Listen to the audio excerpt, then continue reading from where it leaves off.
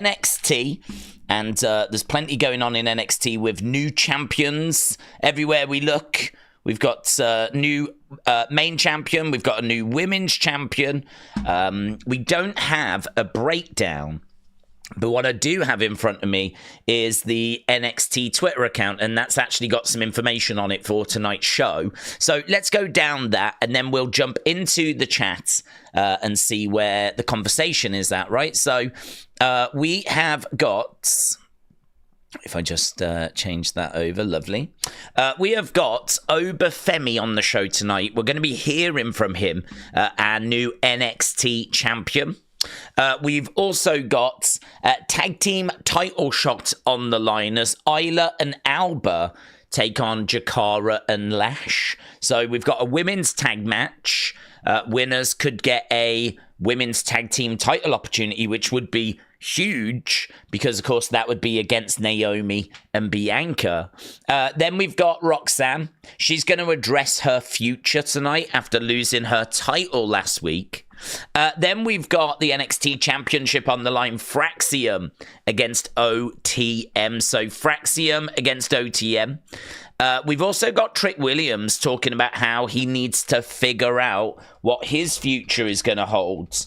So I don't know if we're going to be hearing from him or if he's going to be on the show, off the show. That was just a tweet that he had put out. We've also got Julia. We're going to take a special look at Julia. So I don't know that she's on the show. That sounds like a video package. And of course, we had a match made last week. This is Shotzi against Stephanie. So that match was announced last week. Obviously, we're trying to figure out the number one contender for Fallon Henley's championship. So a few bits and bobs there. Nothing, I would say, massive. Nothing that is like, oh my God, can't wait for that. I sort of feel like Fraxiom OTM should be fun. Fraxiom have been absolutely killing it. And so that match should be fun. It'll be interesting to see who steps up to Oba Femi, but if you watched Unseen the other day, you'll know that Eddie Thorpe actually won the opportunity to face the champ. So did Lola Vice. We just don't know when those matches are going to take place. So Eddie Thorpe and Lola Vice both are number one contenders thanks to a live event and stuff that was happening at a house show. But we just don't know if that's going to play out on TV. It could be that they get their title shot tomorrow, in, Blooming Tampa or something like this at like another house show. So it'll be interesting to know if that plays out on TV or if it's just something that's playing out on the house shows. So yeah, not loads to break down, but that is what we're getting today on NXT. Let's jump into the chat, say hello to people, see where the conversation is at. So Cold Edits, hello my friends. Brony said what they're doing with Corey Graves is messed up. He's been working and grinding and he earned his spot as a commentator on the main roster, but someone with a bigger platform comes in and he's gone. It's dumb. So the Corey Graves conversation was always going to come up. Everyone knows my feelings on this subject. The only thing I would say, and it's just something to be aware of, I've seen a few people saying it already, and it is that the second tweet that Corey put out definitely starts to feel a little bit more as if this is a story, right? First one, honestly, my heart broke for him. When I read that first one, I was frustrated, I was angry, I was sad. Like, I really like Corey Graves. I think a lot of people really like Corey Graves. And we're actually seeing him being demoted. And I've had some people try to tell me that NXT isn't a demotion, right? It is. I mean, like, you're going to a brand that's much smaller. You're going to a brand that's developmental. It's where we put people for them to learn and get ready for the main roster. So going back to NXT is clearly not a great sign of stuff.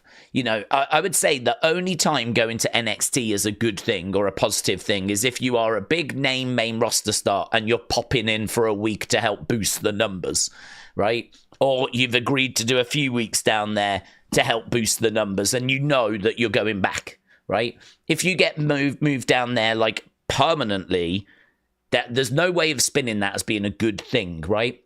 And I think we could all see his frustration and on his face last week. So if we go over, we can just have a look at his Twitter account because I want to show you the latest. Like there's two messages. So this one here, for those that have been living under a rock, it's been viewed over 3 million times.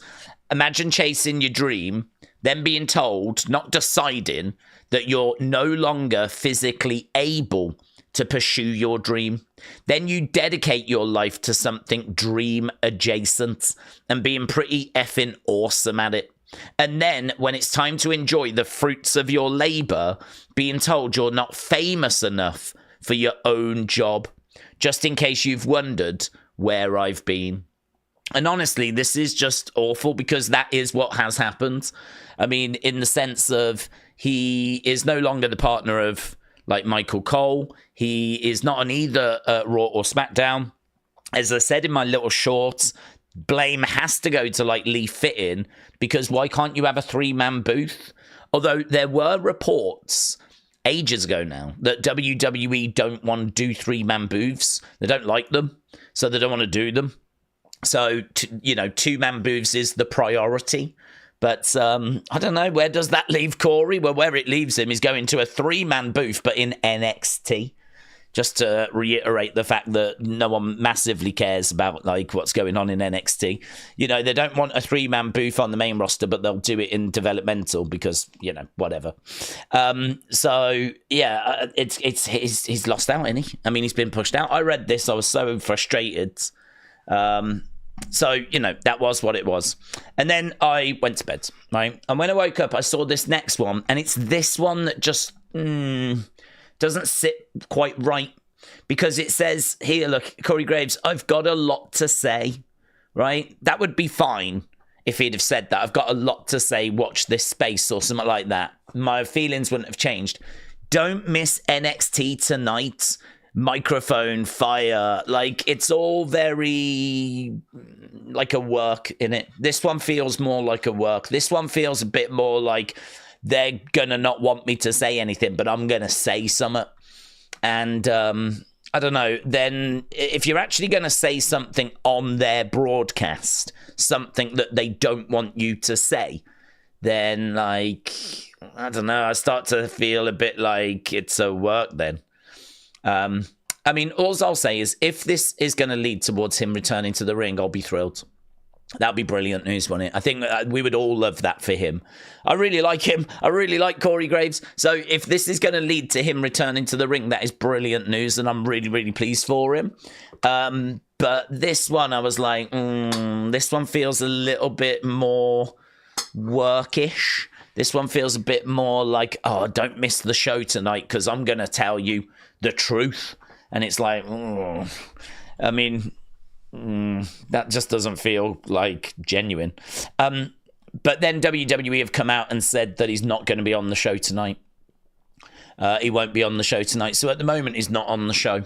But I don't know about you. I do agree. I think frustration, I can understand, like him getting so frustrated he just had to tweet something, he couldn't hold it in. I think we've all been there where it's just you just gotta say something, you just gotta get it out. Like I can sort of understand the first one, but I don't understand this one where he's threatening to speak his truth on their show.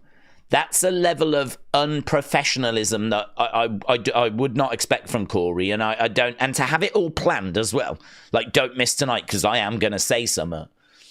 And then what do you expect WWE to do? Of course, they're going to take you off the show, and that's what they've done. So I don't know. I look at this and I'm like, this piece just feels odd. This feels like it doesn't belong. The first one I bought. This one I don't. And so I don't know what we're doing with Corey now. I don't know what we're doing with Corey. All I know is that he won't be on the show tonight. I feel like I it's not. I'm not 100% that it's a work, but I am leaning more that way because of this tweet. The first one, totally bought. First one, I was totally like, this is a disgrace. I can't believe it. Knew this was going to happen. You know, they always prioritize the stars over talent. You know, there's always a celebrity coming in that'll get a match at SummerSlam. Flipping Bad Bunny comes in, Logan gets title opportunities. They always prioritize fame and reach and star power over talent. You know, we've got better wrestlers than Logan and Bad Bunny, but they don't get on the shows because we've got to feature Logan and we've got to feature Bad Bunny because they're bigger stars.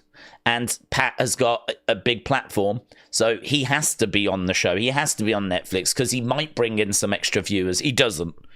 That's been proven, right? The ratings don't change if he's there or if he isn't. So he doesn't bring... Yeah, but what he does bring is his show.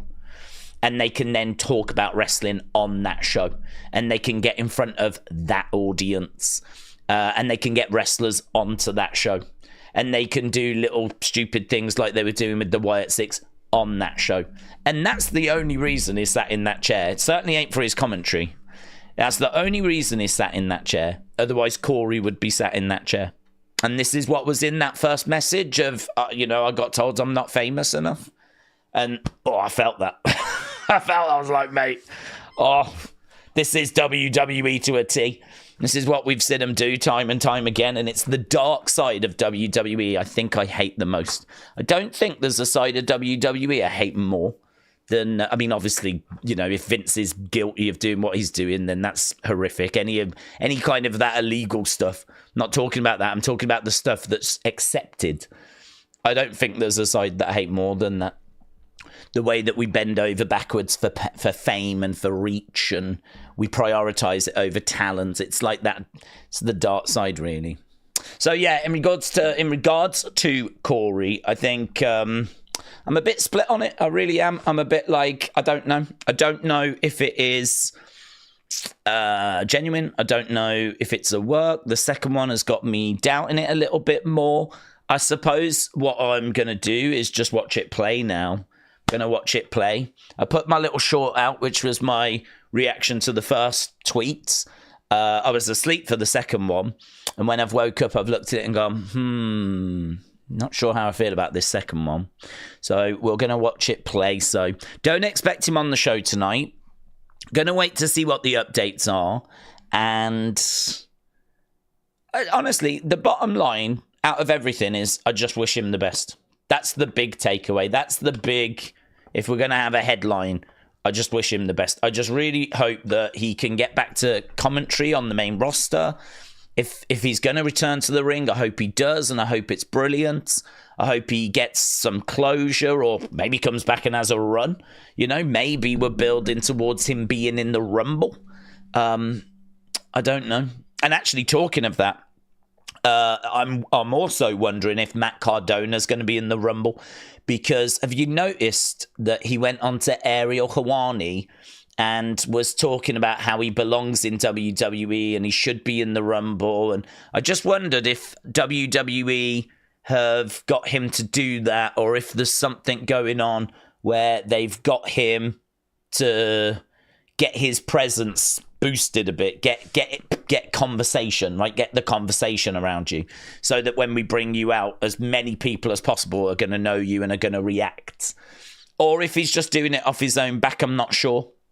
I don't know. You've got to think that Chelsea has mentioned him many, many times to Triple H, and in passing, and dropping his name, and Creative, and Nick Khan, and I mean, she has said that she would love nothing more. There's nothing in her career that would make her happier than seeing him come back to WWE. So she's not a shy woman. Like, she's not someone that's going to be all like, I don't know if I should say so much. She will say it. I've got no doubt that he's been mentioned. So if he doesn't come back, if we never see him again, then it's obvious they just really never fancied him. They are obviously aware that he is out there. He's got to be getting mentioned quite a bit by Chelsea. I would imagine he turns up to functions as well. I mean, like, for example, when it's the Hall of Fame, you get to take a partner, don't you? So Chelsea surely takes Matt to the Hall of Fame. And I don't know about like parties and stuff. We know they have like post WrestleMania parties and, you know, there's get togethers and whatever. Like, he is not in WWE, but he's still going to be on the fringes because of her. And so I just don't know. I mean, like, if he never comes back, then it's clear that Triple H was just never a fan, never fancied bringing him back. I don't know if we see him in the Rumble, but him coming out and being on Ariel Helwani and a lot of the noise that's come out of that does make me wonder, are WWE planting things and getting like a bit of hype built up for him so that when he is in the Rumble, there's as big a reaction as possible? Or is it just him trying to maximize the opportunity because he's very good at that? He's very good at seeing an opportunity and making the most out of it. And so is he seeing that we're getting closer to the Rumble? And so in his mind is like, now's the time to make noise. Now's the time to say I should be in the Rumble, go on Ariel Helwani, all that sort of stuff. Is he doing it off his own back? Or a WWE sort of helping him so that when he does come out, it's going to be a bigger reaction? Because, I mean, like, if they want him, they'll get him, won't they? If they want him, to my knowledge, is not tied to any organization. I mean, I don't think he's under any deal. I could be wrong on that, but I'm not aware that he is. So, yeah, there's a few bits and bobs going on. And then, of course, the fallout with the Wyatt 6. We've got that. Yesterday's show seemed to be really well received. So we've got that as well. So we can go wherever the conversation goes tonight. There's lots of stuff for us to get our teeth into. Chris, shout out to you. Let's go down. Hannah, hello, said, after seeing Unseen, how livid would we be in the future if we see a part-time Logan defend the WWE title against Bad Bunny in the main event of WrestleMania 50? I mean, that's just a nightmare scenario, isn't it?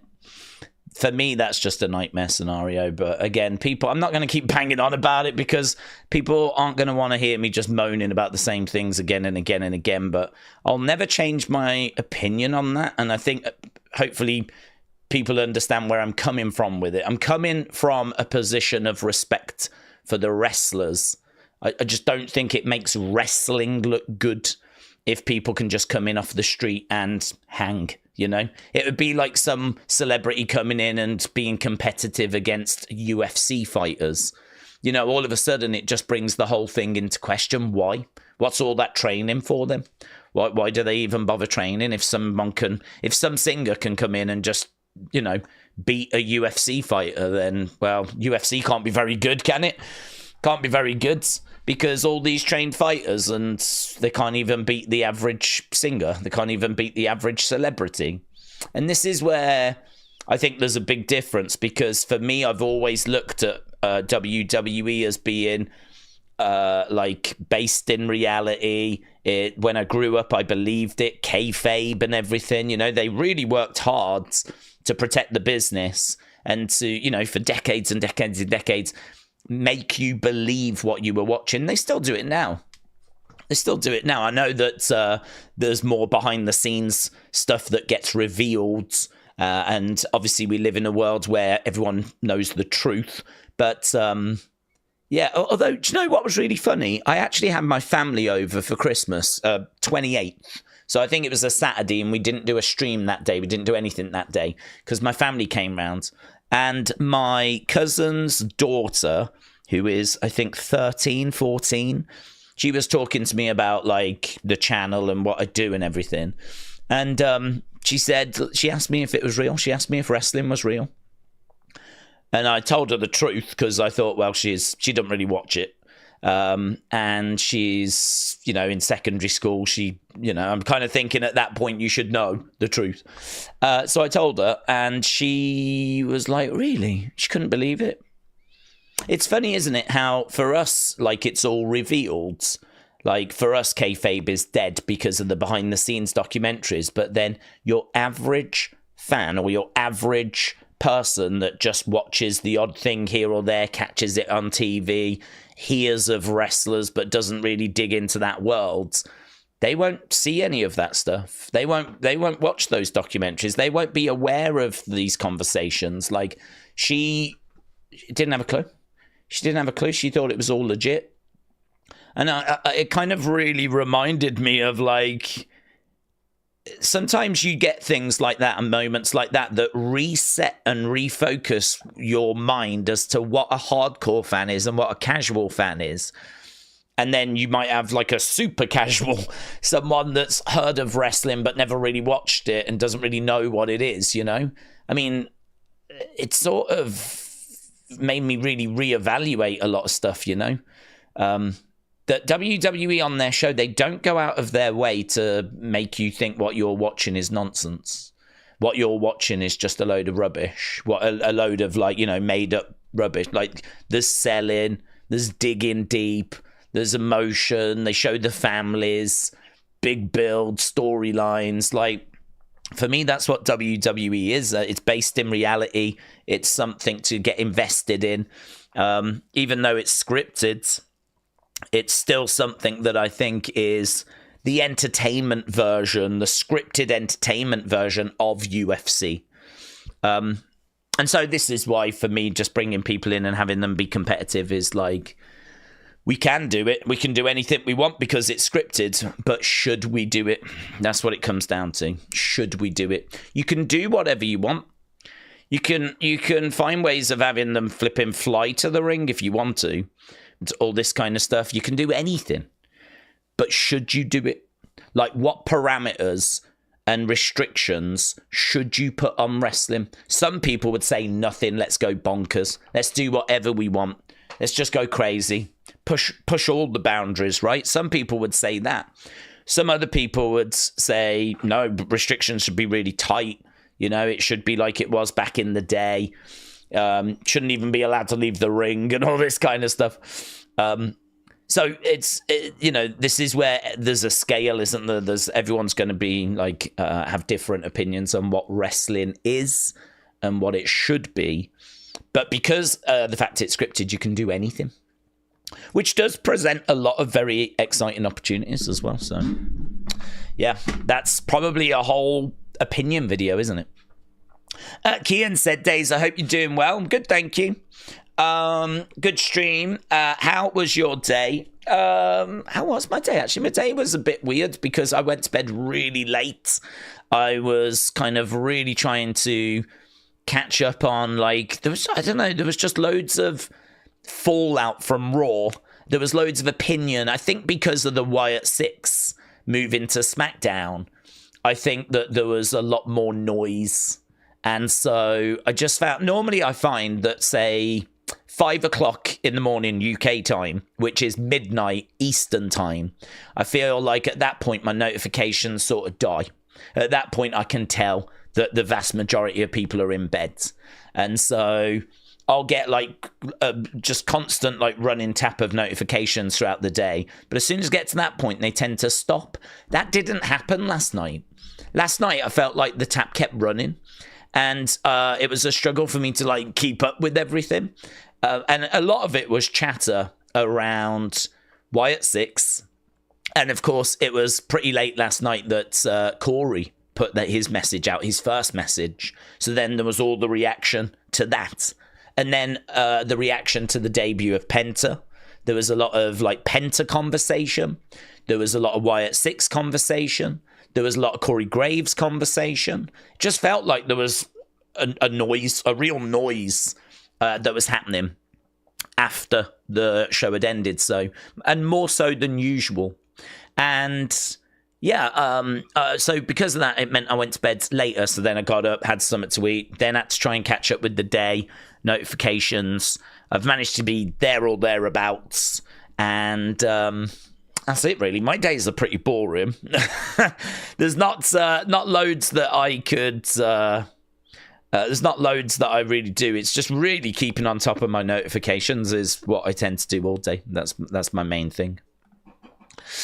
But Kian said, I hope that the hot Latino heat Lola Vice will be on tonight. I actually don't know if she is or not, but I don't remember seeing her advertised. But as we said, she is the new #1 contender, so she absolutely could be. She absolutely could be. As far as the Wyatt Six going to SmackDown, said Uncle Revel, I feel like this is the key for helping Braun Strowman. Braun was last seen being beaten down by Solo's bloodline. It fits too well. Yeah, you could be correct. I think there's a bit of a misconception.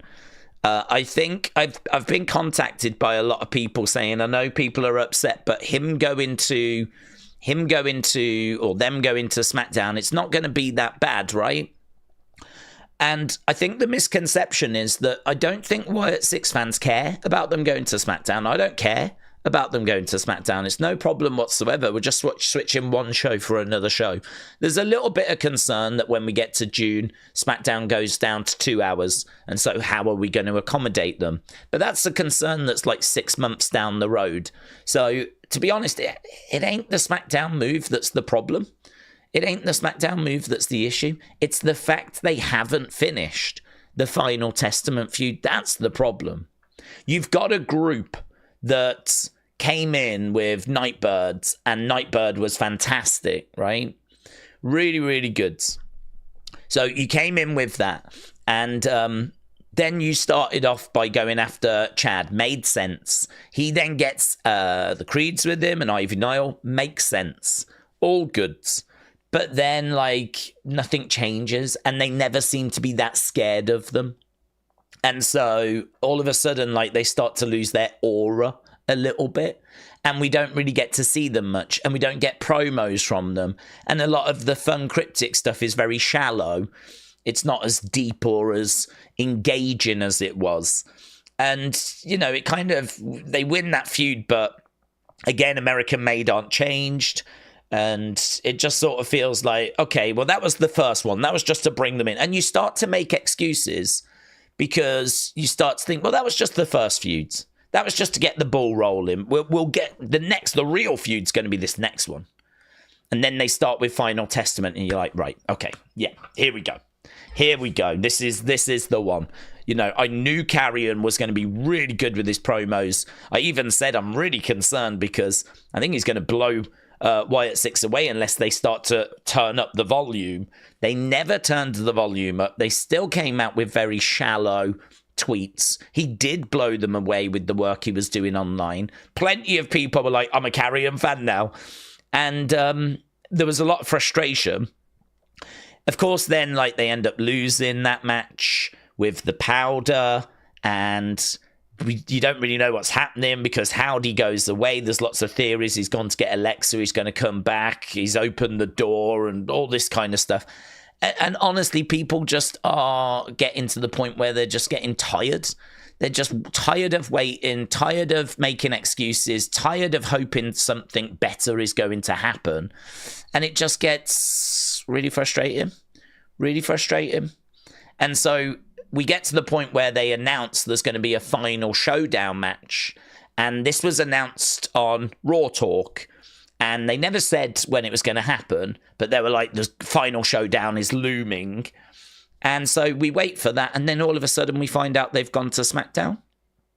So it's not that they've gone to SmackDown that I think is the problem. It is the fact that the Final Testament feud has not been finished. That's the frustrating thing. I get tagged quite a bit in the Pluto symbols being backstage at SmackDown. I've been tagged in that all day. And it's like, first of all, I don't think that was the connected. I don't think they were sending a message months and months ago that Wyatt Six were going to be moving over to SmackDown, right? I think that those Pluto symbols were there, and there was a big theory at the time about them being behind the women's tag division. You know, it always seemed to be behind women's tag teams. So why was it always behind women's tag teams if it was to do with the whole group moving over? Plus, why would you put those symbols there? Why would you put those symbols there months and months and months ago? It doesn't make sense. It doesn't add up to me. Like, I don't see that as being clever. I don't see that as being foreshadowing. I see it as being creative plans that were changed, because it was always seemingly behind women's tag teams. It was months and months and months ago. And actually, the way the news was announced wasn't that the Wyatts have chosen to go to SmackDown, right? It's that they've been moved to SmackDown. So why would the Wyatts be leaving Pluto's backstage at SmackDown if then they've ended up just being moved over? Like, for me, there's big questions around that as a theory that I struggle with and I don't think fits. So I'm not a big fan of it. I'm not a fan of that theory. I don't think that's correct, unless people can get some of these pieces to fit better. But at the moment, it ain't fitting together for me. So they've been moved. But again, that's not the issue. The issue is that they didn't finish the feud with Final Testament. And there's then people saying, well, what if Final Testament are going to get moved? What if Carrion's going to get moved? Well, actually, today there's been development on that, because Carrion has put a message out showing his face when Sami Zayn confronted The Miz. And actually, you see him sort of like, it zooms in on his face. And there's also a little backstage clip of him watching Sami's match, talking about, are we going to stick to this plan? And it seems like Sami Zayn is going to be Carrion's next target. It seems like Sami Zayn is on Carrion's radar now. It feels like Carrion has moved on from the Wyatt Six. And Joe Gacy has put out a tweet of the SmackDown fist, just a picture of the SmackDown fist. And so it seems like he's going over to SmackDown. It looks like that is him confirming that it wasn't a lie. He's going to SmackDown because he's put a picture up of the SmackDown fist. So it does feel like Wyatt Six are moving to SmackDown. It doesn't feel like Final Testament are going to go with them. Or if they do, it doesn't feel like they're going to be the target anymore. It feels like they're going to go after Sami Zayn, right? And they're going to do that. And maybe that will drag Jay in. And maybe it'll be Final Testament against OG Bloodline. And maybe we do that, right? And yeah, that could leave things open for Wyatt Six against Solo and bring in Braun in. I totally agree with that. I don't think a lot of us have got to that point mentally. I don't think we've got to the stage where we're thinking about like, okay, we could do this, we could do that. We're still sort of going, hang on, why aren't we finishing the Final Testament feud? I'm still there. I'm still there. I'm still at the point where I'm like, why is this happening? When are we doing this final showdown? Rather than getting excited about Wyatt Six against Bloodline or Wyatt Six against Judgment Day, which is what was reported was their next feuds. Rather than getting excited about that stuff, you know, I think a lot of us are still like, what's happening with Final Set? Is there any chance we get this final showdown? Could they do it next Monday? Could they just do it next Monday before they move? I mean, there hasn't been any announcement that that's what we're doing, but I feel like that's where a lot of us Wyatt Six fans are, is we're still like, is there any way we can put a bow on this thing and just finish this feud? I've even had people saying, I think Wyatt Six fans are upset because they lost the feuds. They lost the feuds and they can't accept it. I think we could accept losing the feud. We wouldn't like it, but we could accept it. But we were told there was a final showdown coming. On Raw Talk, there was a graphic. Final showdown is looming. And clearly Uncle Howdy went away to do something, achieve something, do something. So for him to go missing, and now for us to find out they're moving to SmackDown, the pieces just aren't connecting, are they? It honestly, it feels like creative are just struggling, and they're like, okay, right, yeah, let's hit the reset. Let's move them to SmackDown. We'll start the Judgment Day feud over there, or the Bloodline feud over there. I know we haven't finished that, but that's fine. We can move them onto Sami, right? Let's get this transfer window done. So we're going to move them to there. We're going to have that there. That gives them, and it's got that feeling to it. That's how it feels. It feels like this isn't a well thought out, well planned story. It's not a well thought out, well planned creative. we need to do this now. Okay, we're here now. What do we need to do? We need to move that there. We need to do that there because we've got to get them to there for this reason. And I'm sure, there's maybe other reasons why we have to do this. Maybe Sammy is ready for the Karrion feud now. Perhaps Sammy is free and he is ready for this feud with Karrion. So Karrion has got to be free. So if we need to use Karrion for that, where do the Wyatt Six fit in? Well, they don't. So let's just move them to SmackDown. It's got that feeling to it to me. I would love to sit here and make out that it's all well thought through and it was all teased and the Pluto's backstage told us this was going to happen and it was all, it's all planned and everything's amazing. Doesn't have that vibe to me. It really doesn't have that vibe. It doesn't have the vibe that this is a well thought out. What about the Wyatt Six since they've arrived has felt like a well thought out, well executed story? I mean, Nightbird was amazing, but really, everything after that debut, I mean, as soon as they debut, I do think those first interviews were planned, of course. They were recorded. We'll bring them in. Every week we'll do an interview. We'll show a video. We'll have Nikki deliver the tape. That was planned. That was all thought out. Very good. But then really after that, it felt stop-start. There was gaps. Sometimes we had a promo. Sometimes we didn't have anything. Sometimes it was a tweet. Sometimes they, would appear, but very rarely.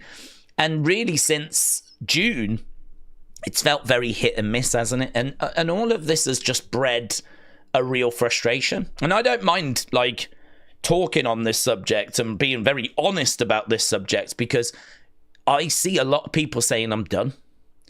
I get a lot of tweets of Wyatt Six fans going, I think I'm out. I think I'm done.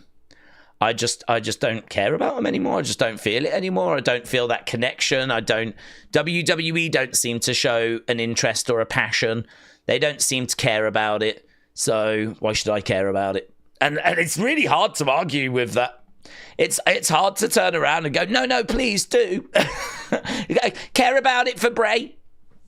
Care about it for Bray. Please do care about it. I care about it still. I'm not off the train. I think it can be saved. But equally, I think you're giving WWE too much credit. And I think WWE get too much credit on this front a lot, actually, for things being well thought out, well executed when they're not. I think WWE fans always look for the little clues that, no, this was planned because of this and because, no. Sometimes it just ain't. Sometimes it is just that the pieces don't quite fit. And do you know what? I'm going to say something a bit controversial. That's okay. It's okay. I mean, it's really hard. It's okay.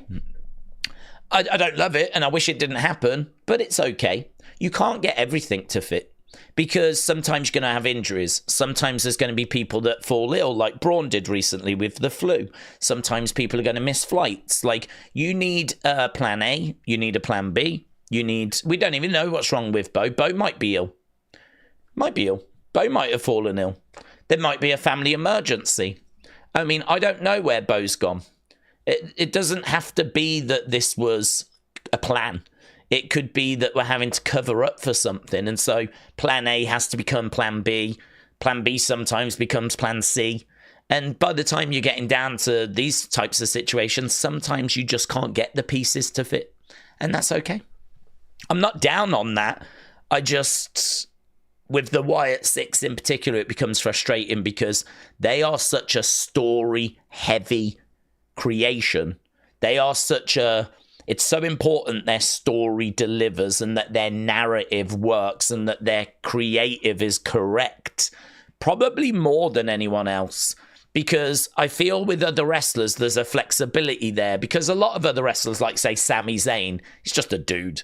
He's just a guy trying his best to climb that ladder. And, if plans fall through, it wasn't meant to be. He can bounce around, go to something else. There's a freedom and a flexibility there.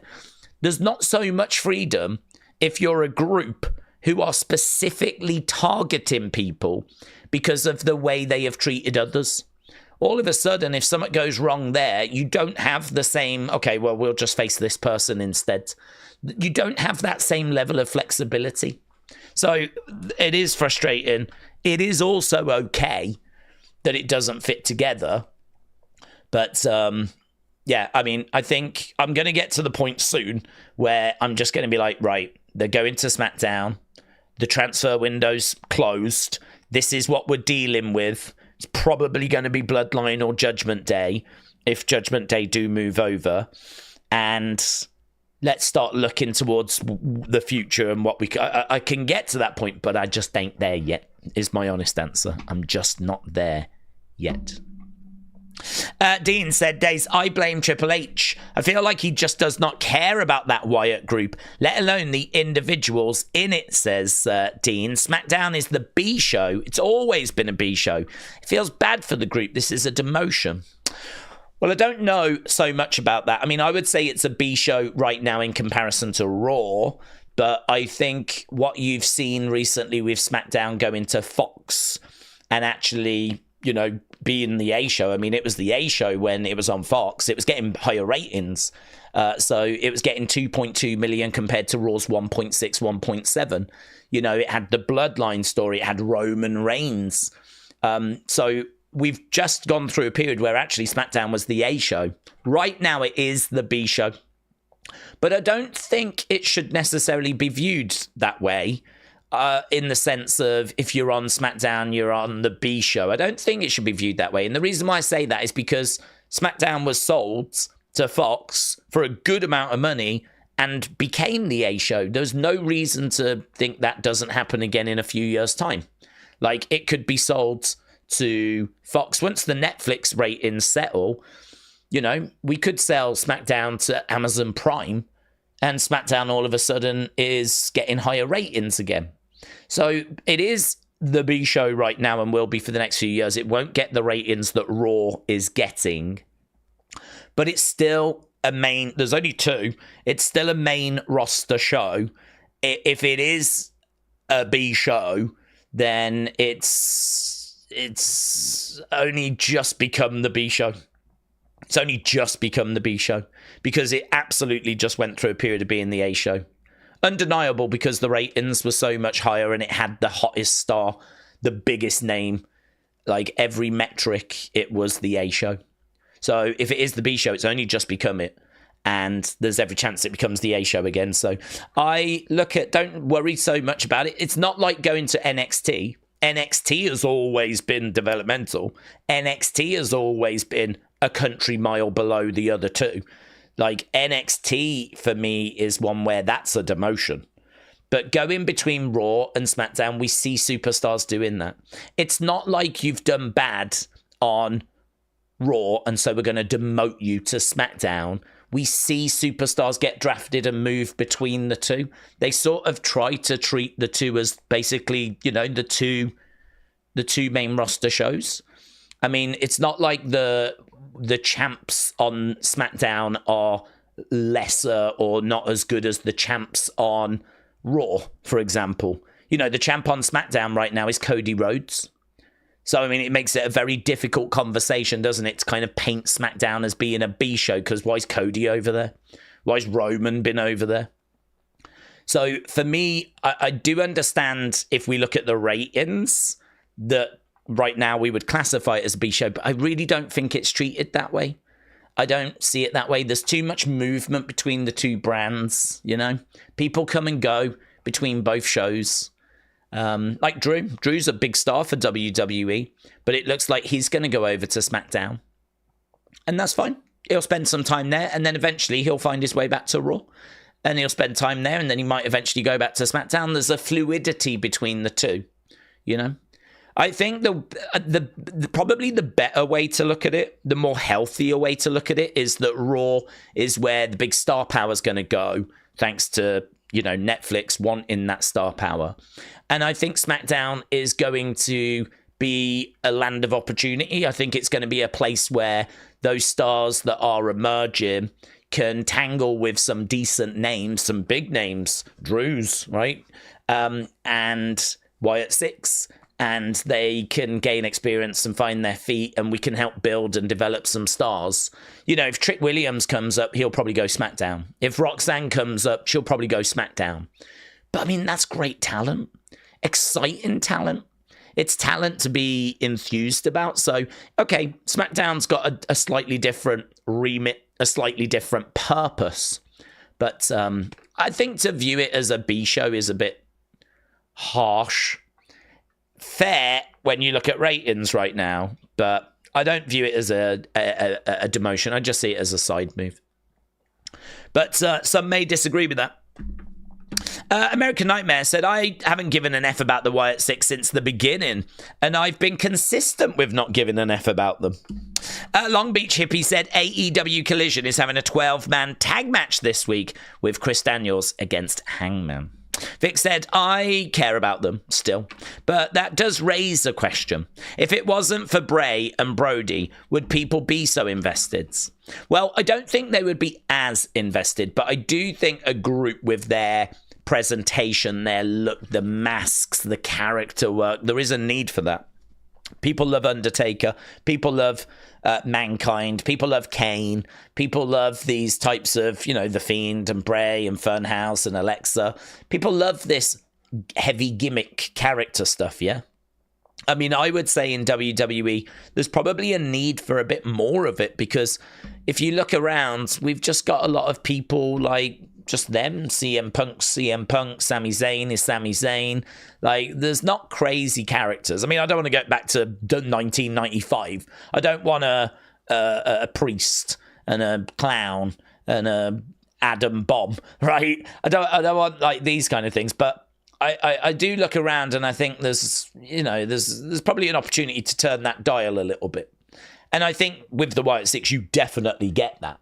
So I think with their masks, their presentation, I would say aura, but I don't know what the aura's like. I mean, to be honest, when the lights go out and they show up, the aura feels pretty good still. It feels exciting. But, you know, we've done quite a bit of damage kind of messing around with them, really. And not seeing them as much is okay. People never saw Andre the Giant that much. Still loved him when they saw him. But you've got to make sure that when you do see them, it really lands. It really works. So, you know, giving them a loss against Final Testament was a choice, wasn't it? Having them appear for a rare occasion, a rare match, and having them lose thanks to Paul Ellering, that was a choice. But people at the time were like, well, okay, you can't win every battle. It's about winning the war. But now we're sat here with them potentially going to SmackDown, and the war might be over. And of course, you can understand Wyatt Six fans being frustrated. You can understand them being annoyed. So it is a mess. It is a mess. Is there a way out of the mess? Of course. There's always things that you can do to salvage situations. I mean, listen, if they announce Final Testament Wyatt Six for next week, and Wyatt Six look good and get a good win, and that's it, that would, you know, then I think people would wave them off to SmackDown happily, and they'd be like, farewell, good luck, hope it goes well. But so, you know, there's a fix, and it's not even that complicated, but there's just no sign of it happening as we're sitting here right now. Shockwave said it makes sense why Bray was always going against creative. I really don't think creative do much. You have to do it yourself. Triple H is head of nout. Pooter said maybe moving to SmackDown is what the group needs. There's still a shred of hope in me, says Pooter. Lisa said, Daze, unpopular opinion. Go. I love them. I don't think Lyra should have been the first to win the belts. There's so many other women that were more deserving of being first champion. I don't disagree, and I like Lyra. I'm a big Lyra fan, but I think for me, she falls into the category of someone that could have won it, but didn't need to be the first to win it. I don't disagree. But then, you know, we were rooting for Natalya. I mean, it's hard to think that you have Natalya on your roster and you don't give her that honor. Like, I don't understand that. If I'm Natalya, that is a pretty big slap in the face, if I'm going to be honest. Like, You had the even if she just held it for a week and then lost it the very next week, she would still go into the history books as being the first. And if you really want like Lyra to be your champ going forward, just have her win it second week. Have Natalya be a fighting champion and just defend it against Lyra, lose it the very next week. Natalya's the first, Lyra gets the belt. I don't see the issue. It's a bit like, do you remember when they had Zack Ryder win the IC title at WrestleMania? And that was a bit of a thank you. I think it was Vince's way of saying, you know, appreciate all the work you've put in. And so they gave him his WrestleMania moment. And then the very next night on, I think it was the Raw after Mania, he lost the title. He lost the IC title. He held it for all of like 24 hours. And it was quite clear what that was. It was a, here's your WrestleMania moment. Thanks for everything, yeah? And I don't understand why we couldn't have done that with Natalya. And I'm sure that other people would have had some other names as well. So it's one of those. I'm not going to cry about it. I do feel sorry for Natalya. I mean, for everything she's done, for all the years she's put in, for all the matches, all the people she's put over, all the young talent that she's helped train up and work with. I mean, none of that goes unnoticed. So it's not like it was a waste of time or anything. Of course not. Far from it. But I don't know. If you're in her position, you would appreciate the company just giving you a moment like that, you know? So I do feel sorry for her. So, yeah, I wouldn't say that unpopular, to be honest, Lisa. I actually agree, and I'm a big Lyra fan. But I am a Lyra fan. And so it does sort of take the edge off it, you know? I can sit here and go, well, I really like the fact that she's got it. I like the fact she's champ. I like the fact that, you know, we're going to get some really good matches now. I think she'll be a really good mid-card women's champion, actually. She tends to have good matches. I mean, I really enjoyed her match with Dakota. I thought they put on a really good match. It was shorter than maybe some wanted, but of the time they had, I thought they filled it really well. So, yeah, I'm excited to see where it goes, to be honest. I'm disappointed it wasn't Natalya, but on board with Lyra. TJF, shout out to you. Hello. Brody said the IC tournament was probably the last chance for them to do anything of note with Natalya. Now that she's lost it, I think it's clear that WWE don't have any plans for her, and they haven't for a while. Sean said the feelings that fans are having about the Wyatt Six moving to SmackDown would be the same as Cross fans if they were to lose to the Wyatt Six. The move may be the best way to keep both around. Well, I think that Cross could lose, but not lose, if you know what I mean. Like, you had The Miz brought in, and so The Miz could have been the one to take the pin. That would have allowed the Wyatt Six to have won the feud, and it would have resulted in Cross not being pinned. I mean, I don't think Cross ever... even Wyatt Six fans, I don't think, would have wanted Cross to have took the pin. He's been too good. So, you know, have Axiom get the pin, have Scarlett take the pin, have Razor take the pin, have Miz take the pin. I sort of feel like for Cross, getting onto TV, getting the opportunity to cut promos, getting the opportunity to, you know, increase his social media output because he's actually got something to talk about. These are all dubs for him. These are all dubs. And I think they're steps in the right direction. Because don't forget, Carrion's been struggling to get onto TV. So I can't agree with Cross winning this feud against the Wyatt Six. Because I think the Wyatt Six are a very special group that should be striking fear into people's hearts. I don't understand why Axiom, Razor, Miz weren't showing more concern, why Scarlett wasn't showing more concern. I can sort of understand Ellerin being the guy that's been there, seen it, done it all, him not caring. And I can understand Cross, like, being that way. Because he's hopefully going to go on to become, like, a main eventer. So, like, but I think Miz, his time at being, like, you know, WWE champion, it feels like it's done. It doesn't feel like, you know, with the amount of talent that's around, Miz is going to be at the top of the card anymore. I think he's, you know, going to pick up the odd mid-card title, get the odd success here and there. But, you know, he's someone that can show a bit of fear of the... And he did, in all fairness. He wanted out. So, I mean, he was playing his part.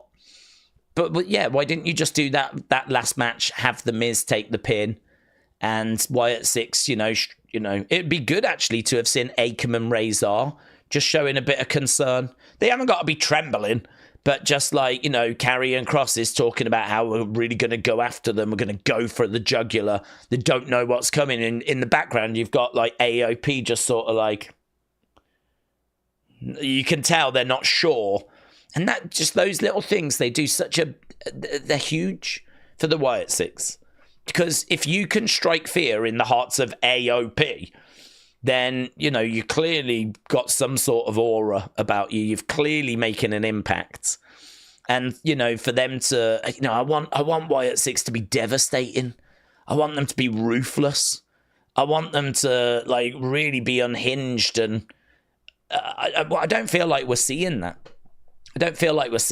I want this group to be what The Fiend was in a way. I want it to be an extension of that. I want it to be, because I feel like we've got Dexter Lumis, and then we've got his character, which is Mercy. So I kind of feel like I don't know that we can go darker. Maybe we can. But I feel like these characters should be the darker sides of Loomis, of Rowan, of Nikki, of Gacy. We should already be looking at their darker sides. It's these characters. So for them to go out and just wrestle a normal match, it doesn't make much sense to me.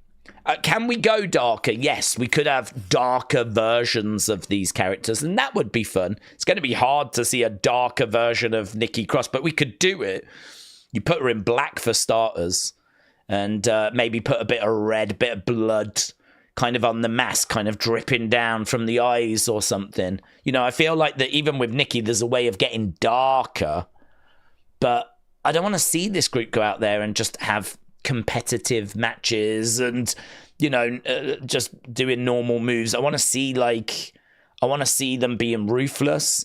I want to see people like getting out the ring like, oh my god, you know what I mean, like they're about to snap their neck, and like Razor gets out the ring and he's like, Jesus, okay, this is bad. This is bad. Like you can tell he's like trying to process, like, this is bad. We've got ourselves in a bad situation here. Like, I want to see these subtle things, that all of that stuff adds up. All of that stuff tells a story. It all adds paint to the picture. And we just ain't anywhere near that. So, I don't know. Again, you just go, let's get them to SmackDown. We'll start again. But understandably, there's people that are like, I can't go through this again. I don't want to go through this. Let's get them to SmackDown. We'll start a new feud. This one's going to be better. We'll see them more.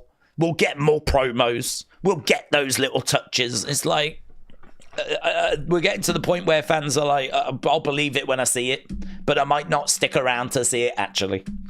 There is a lot of people that are really getting, like, fed up. Like, I'm done. I don't need this. There's too much pain. They're getting my hopes up too much to just keep letting me down.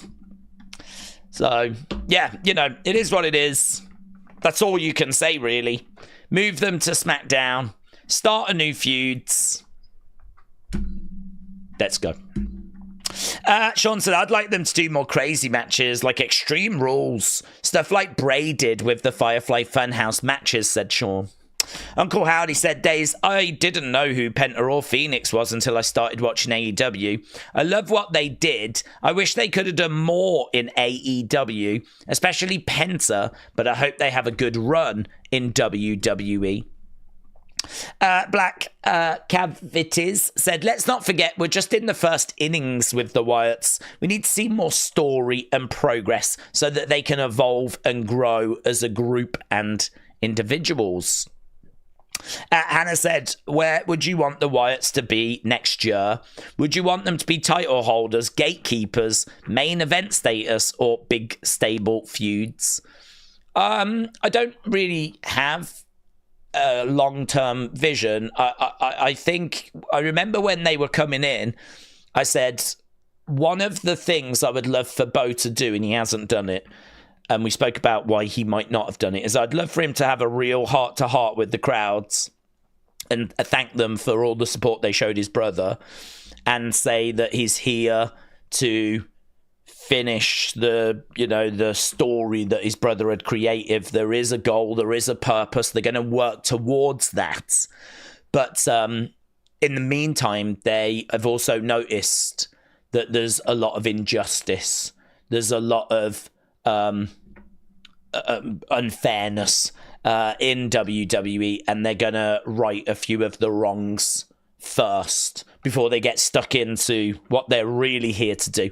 And all of a sudden then, them going after Chad, then helping R-Truth, them doing whatever in this short term, it makes a bit more sense. You sort of know they're doing this, but there's something bigger coming, right? They've made that clear in that promo. There is a bigger purpose. And I think that would be great for fans to know, we're just doing this at the moment, but there is something bigger on the way. And that something bigger may involve Braun, may involve Alexa, may involve WrestleMania main event, yeah? Because Bray never main evented a WrestleMania. So what if the ultimate purpose is to get Alexa, Braun, Rowan, Howdy, and, these other new ones into a massive WrestleMania main event so that they can, achieve what Bray's brother was always trying to do. I feel like one of the biggest things, and it was in the documentary, one of the biggest things that they wanted to do as brothers was they wanted to have a WrestleMania match with each other. And how heartbreaking that we were actually building to that match. You had Howdy, you had Bray, you had Bobby, and we were building to WrestleMania where, I don't know what the match exactly was going to be, but even if it was Bray versus Bobby singles match, Uncle Howdy would have been involved. And I have no doubt there would have been a moment where they were both in the ring together. And that's it. Real life dream achieved. Not character dream of this is what the Fiend wants. I'm talking about them as Taylor, as Wyndham, as kids, talking about what they would love to achieve in their life is actually being in the ring together at WrestleMania. And, that was something they were working towards. That was something this story was working towards. And it obviously never came to be because of Bray passing.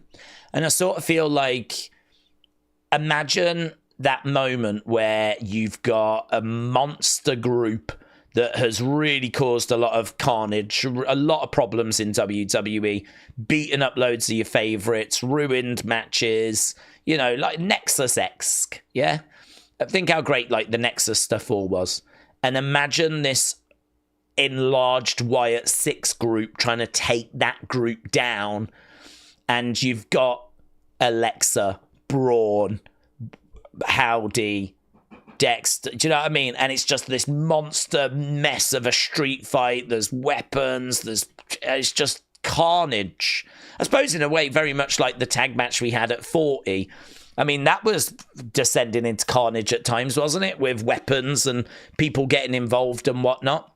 With Rock and Roman and Cody and Seth. Imagine that, but just turned up even louder because there's more people. Street fight, people fighting in the crowds and something like that. But for me to have that moment, that image, and I think it would mean a lot to Wyatt fans, that moment where you've got Rowan, Alexa, and Howdy, and Braun, those in particular, those that were actually with Bray, with Wyndham, them in the ring in a main event of WrestleMania, night one, of course, in this big bonkers match that we've really invested in, really built up, right? Really it's had massive create. It's been a big part of the build for WrestleMania. I would love for it to reach a point like that. That's a big ask, because not only are you asking for, this big bonkers street fight, but you're asking for it to be the main event. You're asking for it to get this big builds. You're asking for WWE to put Bray Wyatt in the main event of WrestleMania. That's what you're asking for. You're asking for WWE to put Bray Wyatt, because really, you're doing it for Bray. And, you know, I'm sure his image could come up on the screen. Or you'd have the fireflies with the crowds. I mean, I really feel like that would be a celebration. It would be emotional. It would be amazing. It'd be amazing. And then, you know, afterwards, Howdy could say, you know, we achieved something that meant so much to our family. We achieved something that my brother was really working towards, and he did it. He did main event WrestleMania. His picture was on the Titantron. All of his friends, you know, maybe you bring down like, Brody Lee Jr. gets in the ring, you know, and, you just, you have that real emotional moment, yeah? You have that JoJo's in there. His kids are in there. You're asking a lot, and I know people will say it will never happen. That's fine. But the question was, what would you like? If you was booking and you could book anything, what would you try and build towards? And I feel like that celebration of Bray closing a night with the family in there, and, you know, he had such an impact on the fans, and that impact is still felt through the Wyatt Six. And we've got Braun around, and we've got Alexa around, and we brought Rowan back. And I feel like you can put all that together and create a real nice moment, a real big moment. And I'd like that. And I think, like, you know, then I would probably shift on Raw or SmackDown after WrestleMania. And I'd have Uncle Howdy turn to the Wyatt Six and let them know that the job is done, because the goal was to get them onto the biggest stages. The goal was to get these underutilized talent and showcase them. There's no bigger showcase than the main event of WrestleMania. And so it's time now for the group to go their separate ways, right? It's time for them to be set free. And I think you can do that. And I think that could be the end of the Wyatt Six story. I mean, you don't really get much bigger than what I've just explained. And then I think Howdy can be selfish. He's done what he needed to do, or what he wanted to do for his brother. And I think now he can set his sights on becoming world champion. He was NXT champion. He was, you know, never given the opportunity. And I think now it's about him becoming world champion. And now I would then refocus him on going after that. Nikki can maybe join up with Alexa, go after the tag titles. Maybe she goes off on her own. Maybe she starts like a new faction of her own in the women's division. Like, you could have Rowan with Gacy, and they could do something in the tag division. Maybe Dexter goes after a mid-card title. Like, I think I would set them free after that. I think I'd set them free. But what would I build it to? I'd build it towards something like that. Some big bonkers, ultimately to celebrate Bray. Some people would be into it. Some people wouldn't. I don't think we ever get it. But if the question is, what would you like to build it towards? Where would you like it to go? Something within that framework is what I would be booking.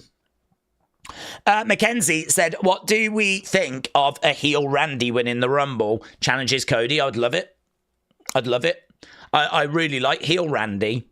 I think heel Randy is very interesting because there's a lot of options for matches, including against the Wyatt Six. And that's a match we have to get. And in fact, how about that? How about Randy is the leader of this opposing faction for the Wyatt Six that we just spoke about? How about if Randy Orton is the leader of a group of maybe NXT talent? Maybe there's some people that Bray has faced. Maybe we can find connections there. But I feel like Randy should be the leader of that opposing group as well. That could be very interesting. So, yeah, I like the idea of heel Randy. Big fan. Right, I want to get to these super chats because we're really getting stuck into some conversations, which I really don't mind. Mackenzie, shout out to you, bud. Said I've been a member for 1 month. I'm working my way up. Shout out to you, dude. Appreciate all the support. Coach Co said Bad Bunny against Logan Paul at WrestleMania is a Koji Co happy dance. Yeah, so Logan did call out Bad Bunny. Bad Bunny said he wanted one more match so he could make his mom cry. And Logan turned around and was like, let's do it. I'm here. Give me a shout. I don't know if WWE do that or not. I don't know if they do that or not, but yeah, Bad Bunny Logan is, well, it's something that Logan's teased. It's not really come from WWE. Oh, here we go. So this is coming from Corey Brennan. So multiple sources claim that Corey Graves was legitimately frustrated with being moved to NXT. Many amongst talent and production within NXT were surprised to see Corey Graves at NXT New Year's Eve on January 7th. So that is the latest news. Corey Graves is just a, monster talking point today, of course. We've already covered it, spoken about it. Right, Mackenzie said WWE did 3-man booths for the Rumble and for Mania. Yes, they don't like doing them. I read a report that they want 2-man booths, and lo and behold, here we are with 2-man booths. We've done 3-man booths before. I don't know if it's a Lee fitting decision. I don't know if it's just a Triple H preference, but they don't like them. It's irrelevant saying like they've done them before. They've done them before. Yes, they've done them many times before. We've had years and years of 3-man booths, but it's a preference thing. Hence why we're seeing it now with 2-man booths on Raw and on SmackDown, and that was in a report months and months and months and months ago. So. Yeah, I mean, they could easily get Corey back onto Raw. I mean, just make it a 3-man booth. But this is why, Lee Fitting or Triple H or whoever it is that makes that decision. I think it's Lee Fitting that sorts that side of things, the production side. I think Triple H is what happens in the ring and the interviews and creative. Lee Fitting is cameras, drones, announcers, interviewers, like all of that, right? I believe Lee Fitting is Michael Cole's boss. So I think it's more Lee Fitting. So I wonder if it's more a Lee Fitting thing. I wonder if like Kevin Dunn was more okay with it, but Lee Fitting just prefers 2-man booths, and it's gone that way as a result. Jean-Pierre said it's better that they went to SmackDown than NXT. Well, that is true, actually. Given the options, it is much better that they would go that way. Sean said, missing the days of managers like Heenan, Hart, Slick, Mr. Fuji, Estrada. Thoughts on missing managers, and are they outdated? Well, if you actually listen to a lot of people,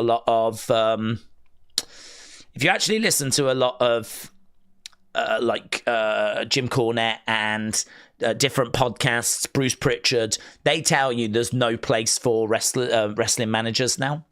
And I honestly don't know why. I don't know why they are so adamant there's just no room, no place for them.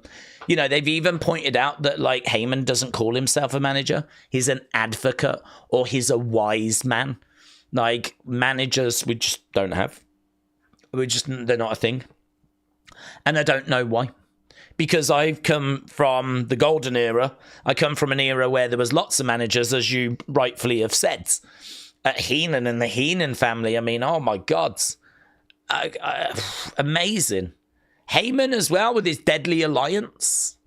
So I cannot answer as to why we don't do a story with a manager. Why don't we have a manager that recruits a load of talent, builds a stable?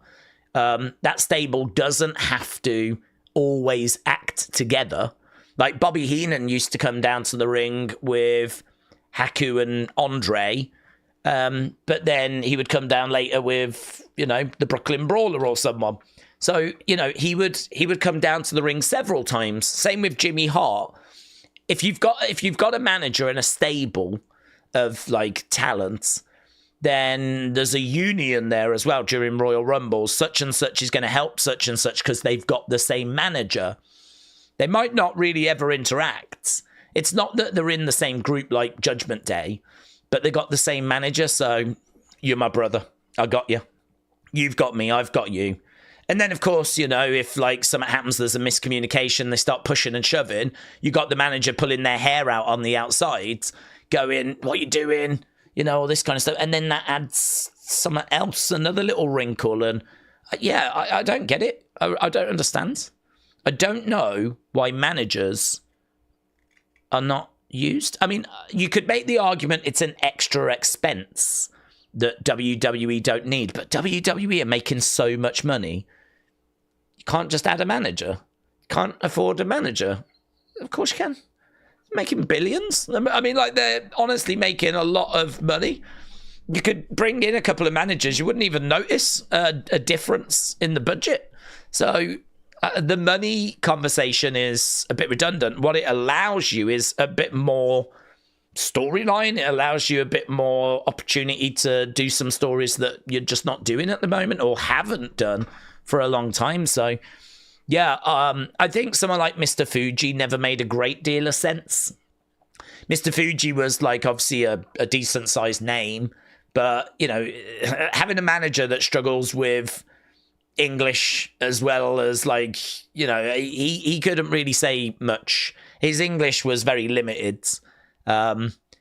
He would get involved with throwing salt and, you know, little bits and bobs like that, but Mr. Fuji as a manager was never... He added to the presentation, let's put it that way, and not much else. But, you know, a Heenan, a Jimmy Hart, a Jim Cornette. Oh, these were brilliant managers that really added to the show. I don't know, perhaps they can't find those personalities. Perhaps they can't find people that have those kind of charismas and those personalities. Perhaps they just can't. Perhaps there's no one that's showing themselves. I don't know. Perhaps there's no managers really in the indie scene. And so because they're not in the indie scene, WWE would have to create them. And maybe WWE just doesn't have that appetite. So it's a really good question because I love managers. I've grew up with managers. I think it's been so long since we've had some that you could just tell a whole load of similar stories that we've seen from the past, you know. Fiendish, howdy, shout out to you, my friends. Said, do we think that Cross is going to be drafted to SmackDown? Do we think Judgment Day will be drafted to SmackDown? We've been seeing rumours they could feud with Wyatt 6.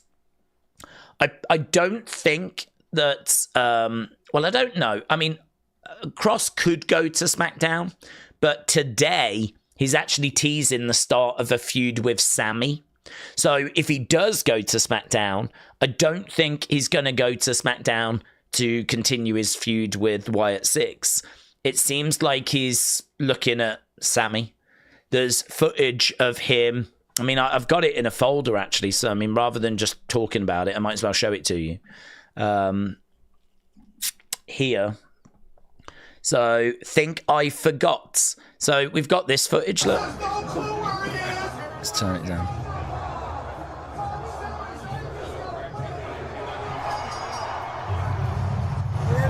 I'm surprised. You still move forward with the plan?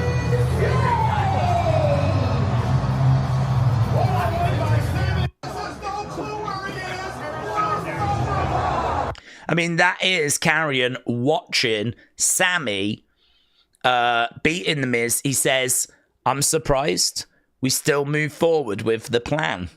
So I know that The Miz has lost and that he could be watching The Miz, but he put this out as well, right, just to back it up. Here, Karrion Kross on Instagram, look at him looking there at Sammy, and what Karrion did look was he zoomed in at his face as he was staring at Sami Zayn. So I feel like we've got this that Karrion has put out on Instagram of him looking at Sammy, staring at Sammy, and then we've got footage of him watching Sammy and The Miz. He turns to Scarlett and he says, shall we still move forward with the plan? but we don't know what that plan is. A lot of people have took it that the plan is a plan to do with Wyatt 6. I don't think it's that. After what we're seeing, it seems like there's something here. It seems like that, or at least something's being teased. At least something's being teased there. So I don't know that we're going to continue with Final Testament and Wyatt 6. There's just a bit of doubt because of what I've seen today. Just a couple of things that have made me think, is he now targeting and looking at Sammy instead? And we just don't know as to, you know, how this transfer is going to shake out. So will he go to SmackDown? We don't know. If he does go to SmackDown, will he still continue with Wyatt 6? I don't know. I mean, it could be that we start going after Sammy, which then might bring Jimmy into it. And, you know, we start then doing that instead. Didn't he turn around and kind of say we to The Miz? Like, sort of suggesting that they're not going to be working together anymore. It's all confusing. It could go in a few directions. I certainly don't have a strong read on it. I'm not going to sit here and go, no, it's definitely not happening. They're definitely not going. There's no way anyone can say that, because anyone can move in this transfer window. We haven't heard where Final Testament are going or Carrion's going. There's no word as to that he's going to get moved. We haven't seen him like in the background talking to a GM. So at the moment, I'm not aware that he's moving, but he absolutely could. But then you have to ask the question, if he does, do we just continue with this feuds? I don't know. I don't know that we do. Or if we change targets. And do we think Judgment Day will be drafted? Well, we have seen Dominic talking to Nick Aldis. Dominic was talking to Nick Aldis. So they teased something Judgment Day happening. A lot of people thought that it was going to just be a couple of members. It might not be everyone. It might just be a few members. And that Dominic might be getting Finn and JD and maybe Carlito drafted. Perhaps they want them gone. And so he was negotiating them being drafted. Or maybe he was negotiating all of Judgment Day being drafted. So Judgment Day, and plus also Judgment Day feel like they're splitting up, don't they? Honestly, right now, it feels like we're on the verge of a big shakeup. It feels like we're on the verge of a big refresh, a reset. It feels like we're going to be starting new feuds as WrestleMania's coming up. It feels like we're going to be moving people to different brands. And so answering questions of like, who's going where, how's this going to shake out? The honest answer is we don't know. We don't know. No one knows. Because all you can go off of these little conversations backstage, these little teases, these little bits and bobs, you know. How it all shakes, we're not too sure. Phoenix Howdy said, this is news. Ray Phoenix merchandise removed from AEW shop. Well, we'll have to see if he manages to find his way to WWE early. It seems like WWE would take him. They would want him, absolutely. But we know that AEW have added on that injury time. So have to wait and see. Right, this is coming from... Who sent this in? Edward. Edward said, regarding the length of Raw on Netflix, although Netflix does allow flexibility for the length of Raw, WWE is still going to maintain their usual structure and timing.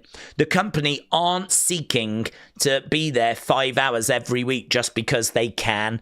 WWE are working towards maintaining their internal clock, where they want the show to end, which I understand is 2.5 to 3 hours. They're not seeking to run an extra hour just because things are running late. So this is the point we were making in the opinion video, is that people were saying that we ended early. I don't think that's the right mentality. What the reports are saying is that WWE are actually looking at ending between 2.5 hours to 3 hours because Triple H sees that as the sweet spot. He feels that 3 hours is a bit bloated. You could always chop a little bit off. But anything less than like 2.5 hours is not enough time.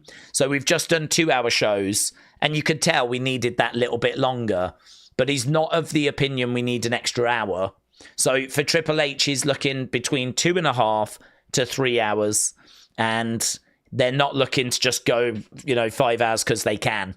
They're not looking to go like crazy. But equally, I don't think the show's going to be ending after an hour either, right? So it looks like their internal clock, their kind of the time they're looking to land in is around like 2.5 to 3 hours. So I think some weeks it's going to be 2:35, some weeks it'll be 2:42. I think it'll be around that kind of ballpark. Some weeks it might hit the 3 if it's a really stacked week. But I don't know that we're going to be seeing shows that are going to be really going over that 3-hour mark.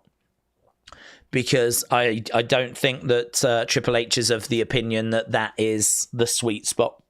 And you know what? Last night's show was so well received. If you actually was in more of the mindset that it could end at 2.5 hours rather than being surprised that it ended at 2.5 hours, it would obviously take all those comments away of like it ended early. I think people were really impressed with the show. It got a really good rating, really good score, and it felt more like a normal week show. It felt more like this is the kind of thing we could see on a weekly basis. There wasn't really anything outside of, say, Penta's debut that we can't repeat every week. So, yeah, it was really good. I thought it was a great follow-up to the first. I thought it was a better episode, and it just made me more excited to see how they follow it up next week. And I think they've already announced some pretty decent stuff. We've got JBL next week, for example. That'll be interesting. And we've got, didn't they announce like Drew against Seth WrestleMania rematch? So, I mean, that's a pretty, that could have been a Saturday night's main event. So, they've gone pretty big with that. I don't know that there's a title match next week. I'm trying to think if there was one that was announced. I can't remember one. But I'm sure we'll get something title related. So, yeah, good. Really fun show. James said, I saw a rumor earlier that Britt Baker is on her way to NXT when her contract is up. I don't know how true that is, so take it with a pinch of salt. James, thank you.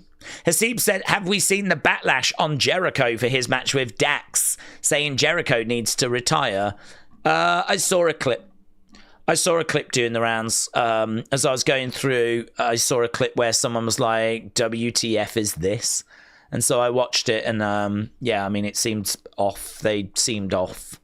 It's one of those, isn't it, though? I mean, you could have a bad night at the office. I'm just, me, I don't care. I don't care about AEW. I don't watch it. I don't engage with it.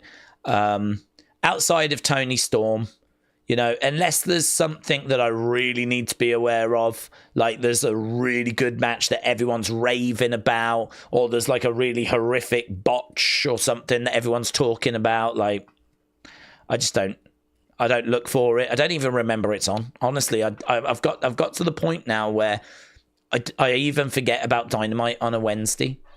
I'm just out of that world, so. Elizabeth said MJF needs to get out of all stink by Iceberg Wrestling. Let it go down in the water. Swim to WWE shore, said Elizabeth. Uncle Howdy said, Daze, I believe that WWE missed an opportunity with the Firefly Funhouse.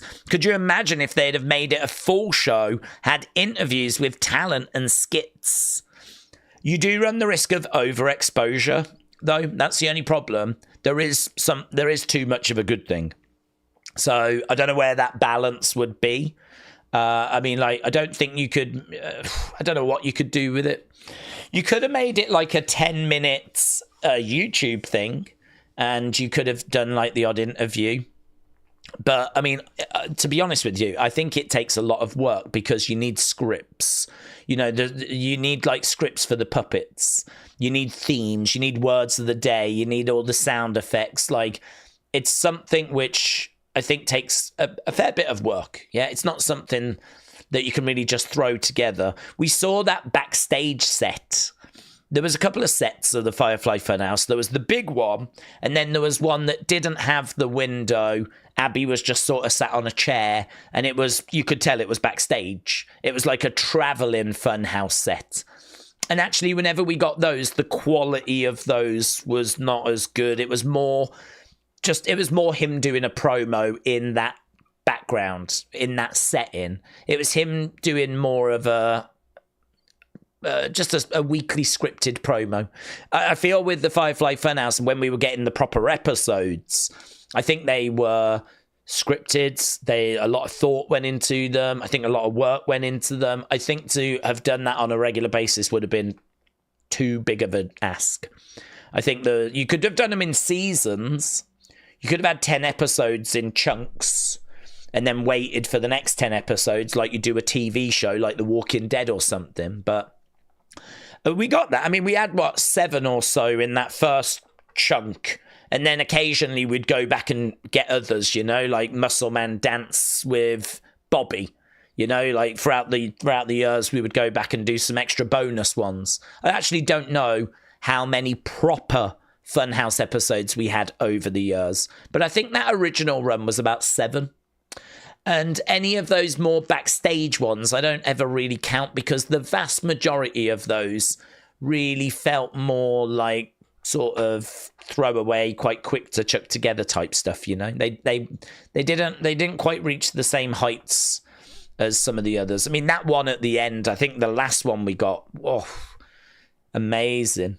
With Howdy doing the weather map, the door being propped open. Someone wrestling with the 2 Undertaker figures, that one. We had like Firefly Funhouse news as well. We had Bray doing the news. I don't think that's quick to put together, to be honest. So, did they miss an opportunity by not doing more of that? Yeah, maybe. Could we have done more of it? I'm sure. I don't think we could have made it a weekly thing, though. And I think we're missing an opportunity of something like that now, with where we are in regards to, not having something for the Wyatt 6. I feel like they need a location. They need a space. I mean, I've said before, could you imagine if Nikki delivered a tape to, we saw her delivering the tape to the truck at the back, right? And you play the tape and she's in her room, and we get to see what Nikki's room looks like inside one of those cabins in the woods or whatever.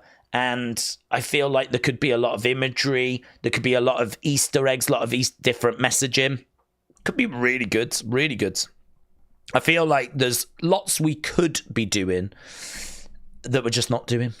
So again, are we just being a bit impatient? Do we move them to NXT and then we turn the dial up? Is that what we need to do? How do we, I don't know, when do we really start digging into this stuff that I think a lot of people want us to be digging into? When are we going to get to this stuff? We've all got great ideas of what we would like them to do. When are we going to start seeing some of that stuff? Hopefully at some point, because listen, if we've got great ideas, I have no doubt that they have great ideas. I'm not special. We're not special. We're just wrestling fans. And so are they. And so if we're having all these thoughts, they've got to be having these thoughts, haven't they? Right, Lethal Trini said, I just want us all to remember in Royal Rumble and WrestleMania seasons, WWE leak multiple fake stories to keep the dirt sheets sounding silly. So if they break an actual surprise, their credibility is 0. Undercover Manager said, I don't see why they don't, let's say, have 8 main card guys down to NXT. You would almost have like a third roster if you use people correctly. Imagine a new BL, Andrade, A-Town, Down, Carly, OJD, Sheamus. Yeah, but the problem you've got is then you're taking TV time away from the talent that needs it to learn and emerge. You can work and practice and make mistakes and all that in the Performance Center. But when it comes to actually being on NXT in front of a crowd, in front of the cameras, it's now or never. The world is watching. Like, that is something that this young talent needs. And so if you was to take a load of stars down to create a third brand, where is OTM going to get their TV time? Where is Jada Parker going to get her TV time? Where is Dion Lennox going to get his TV time? Like, where is all this talent going to get its opportunity?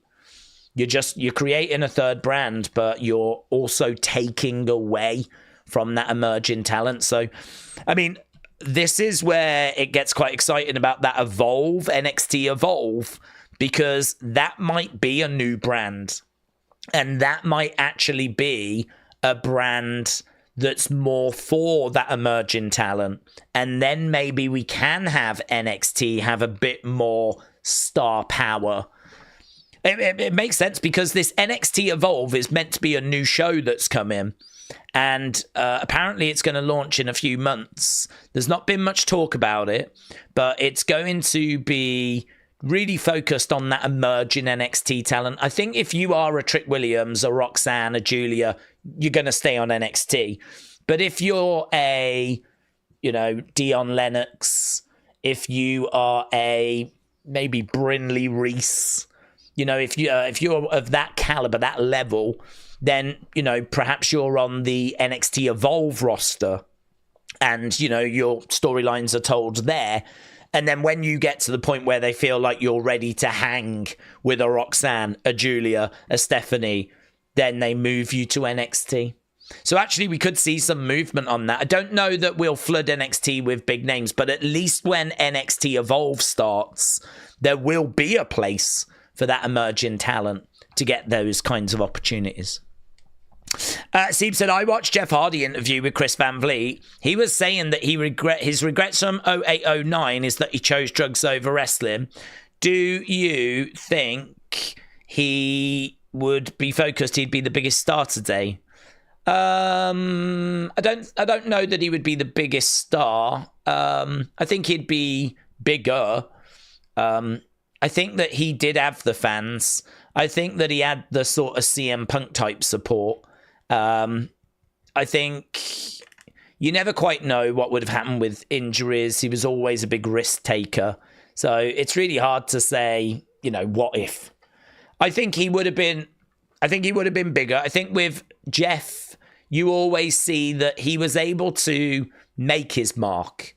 Wrestling fans love him, and he made his mark, and he is someone that I don't think wasted his opportunity, because I think he got enough out of it where you can say he actually not maximized his opportunity. He took his opportunity.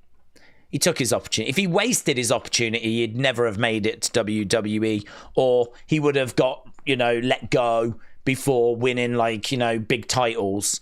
But, we're talking about one of the most decorated tag team wrestlers of all time. We're talking about someone that had, wonderful moments as a solo wrestler. I think he took his opportunity. Could he have got more out of that? Yeah, undeniable. I think his demons really did hold him back. But it's very hard to say he would have been like John Cena, because I think John Cena is John Cena. And John Cena was also around. And what you would have been asking is you would have been asking Vince to have chosen between John Cena and Jeff Hardy. And John Cena, due to his size, his look, his marketability, I think would have been prioritized. So I think it's a difficult one to really break down, because there's too much who knows what ifs. But I think he would have been bigger. It's hard to say he would have been John Cena. But he would have been in the mix. He would have been up there. He would have been a main eventer. He would have been like a Seth. I could see that. Like a Punk. I think he would have been just that level below. I think he would have been that kind of Brett, Shawn. I sort of see like Stone Cold, Rock, Undertaker, Hogan, John Cena, Roman. They're that top tier. They're the people that Vince chose to be the guy, right? Maybe not Undertaker so much, but his streak was more important than the title most years. He was just consistently bringing in eyes, bringing in ticket sales, selling merch. He was sort of the guy without ever being the guy. He was just always the guy. So I do include him in that bracket. Brett and Sean, it's a bit harsh to have them as the next level down, because there was a time where Brett was the guy and there was a time that Sean was a guy, but it's not a great time for the company. You know, that kind of mid-90s is not a great time. The company's struggling. You can make the argument they don't bring in the eyes needed. They're not doing it. It's harsh because the company was not doing it, and, you know, it's not really fair to pin it all on them. But the truth is that, you know, around that time, Vince is also looking at Diesel. He's also looking at Sid. He's also looking at Undertaker. Like, he's looking at a few different people to find who is that next Hogan. He thought it would be Lex Luger. It wasn't. So he looks at Brett. He looks at Sean. He looks at Sid. He looks at Diesel. And eventually it becomes Stone Cold. And it becomes the Attitude Era. But there's a good few years there where he's looking at different people. So Brett definitely did have his time. Sean had his time. But I don't know that it was successful enough to put them at the top. So I sort of feel like Jeff would probably go into that level. He'd probably go into that level had he not have had the demons that he had. Uncle Howdy said, Daze, Tony Khan fumbled that dude big time. Malachi Black would have been a big star in AEW. Kim Shanes, Nick Butcher said Jeff had too many personal issues and he needed to sort himself out before he got that Cena push. H-Car said, Daze, what is your favourite Jeff Hardy match? Mine is Jeff against Matt at WrestleMania 25. That match was epic. I mean, the one I always think of course, is going to be him in the tag matches and TLC and all of that. I mean, those matches like really changed tag team wrestling, and it's hard to kind of pick anything else than that. I do like some of his singles matches, him and Taker, and I mean, there's some amazing stuff that he was a part of, but I think those tag matches, for me, it's got to be those, because they did change, maybe not even just tag team wrestling, but they may have changed WWE. You know, we're seeing a lot more risk being taken in those matches. Obviously, we're kind of coming off the back of like the Mick Foley Undertaker match. You know, there is a lot more risk being taken, but they're at the front and center. And, you know, they're really pushing the boundaries. And Jeff is born for that, isn't he? I feel like Jeff's heir apparent right now is Darby Allin. I feel like if anyone wants to know what Jeff Hardy was like back in the day, I feel like watch Darby Allin chucking himself around, chucking himself off ladders, taking risks, not really caring for his own well-being. Like, that is kind of what Jeff was like back in the day. But it was at a time where, you know, the company was very PG and we hadn't been really doing those sort of risks. And then we get to the Attitude Era and, you know, we start to see a lot more of that. And Hardy Boys were right at the forefront of it. Hannah said, let's not forget the transfer window is still open this month. So anyone can be transferred, yes. Anyone can be transferred. Who would you say benefits more? Who benefits more? I don't know until we've done it yet. I don't know until it's all moved. I'd need to have a look at the rosters and see kind of how it all plays out. But yeah, we'll have to see. Jeff Hardy doing a swanton bomb off the stage onto Randy is one of my favourite moments as a kid, says Kader. Undertaker ladder match was badass, said Joe. It's a shame that we never got Hank and Tank versus the Hardys. Yes, let's go. Wrestle with Andy said Mr. Kennedy is another big what if. He could have been a world champion. Yeah, we don't know where that feud, that story in particular was going to go, do we? We've spoke about that before. Those TLC matches were so good. I like Jeff's feud with CM Punk too, says Chris Wyatt. Aaron said, I love Darby Allin, probably because I loved the Hardys, says Aaron. Theory and Waller would definitely benefit from moving to Raw.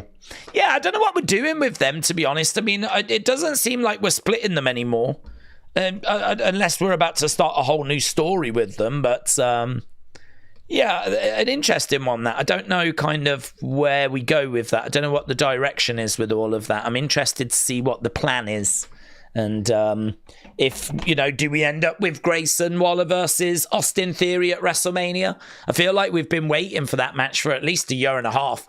So is this the year we do it? If we do, who's the face? I'm guessing it would be Theory. Is Theory ready to break out now? If I'm Theory, I'm frustrated because I'm seeing all this talent being spoken about. I'm seeing Oba Femi being spoke about. I'm seeing Trick Williams on the verge of coming up. I'm seeing Carmelo Hayes have banging matches with Andrade. I'm seeing Penta come in and I'm Austin Theory.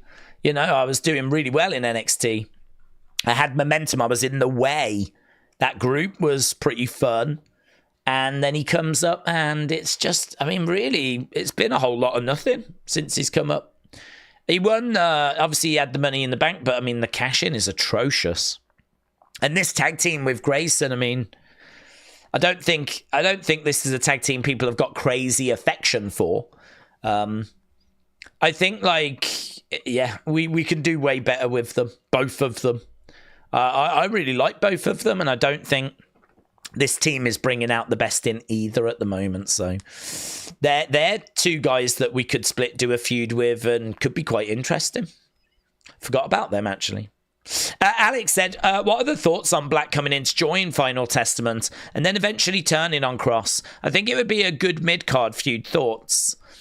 I don't know that I would bring him in to Final Testament. I feel like he's a leader. We've just seen him be the leader of House of Black. I sort of feel like it would be hard to see him being like a second in command. You could do it, but then equally, does Final Testament need another member? Again, if you lose The Miz, you could do it. Because then you've got Carrion going after a world title, Malachi going after a mid-card title, AOP going after tag titles.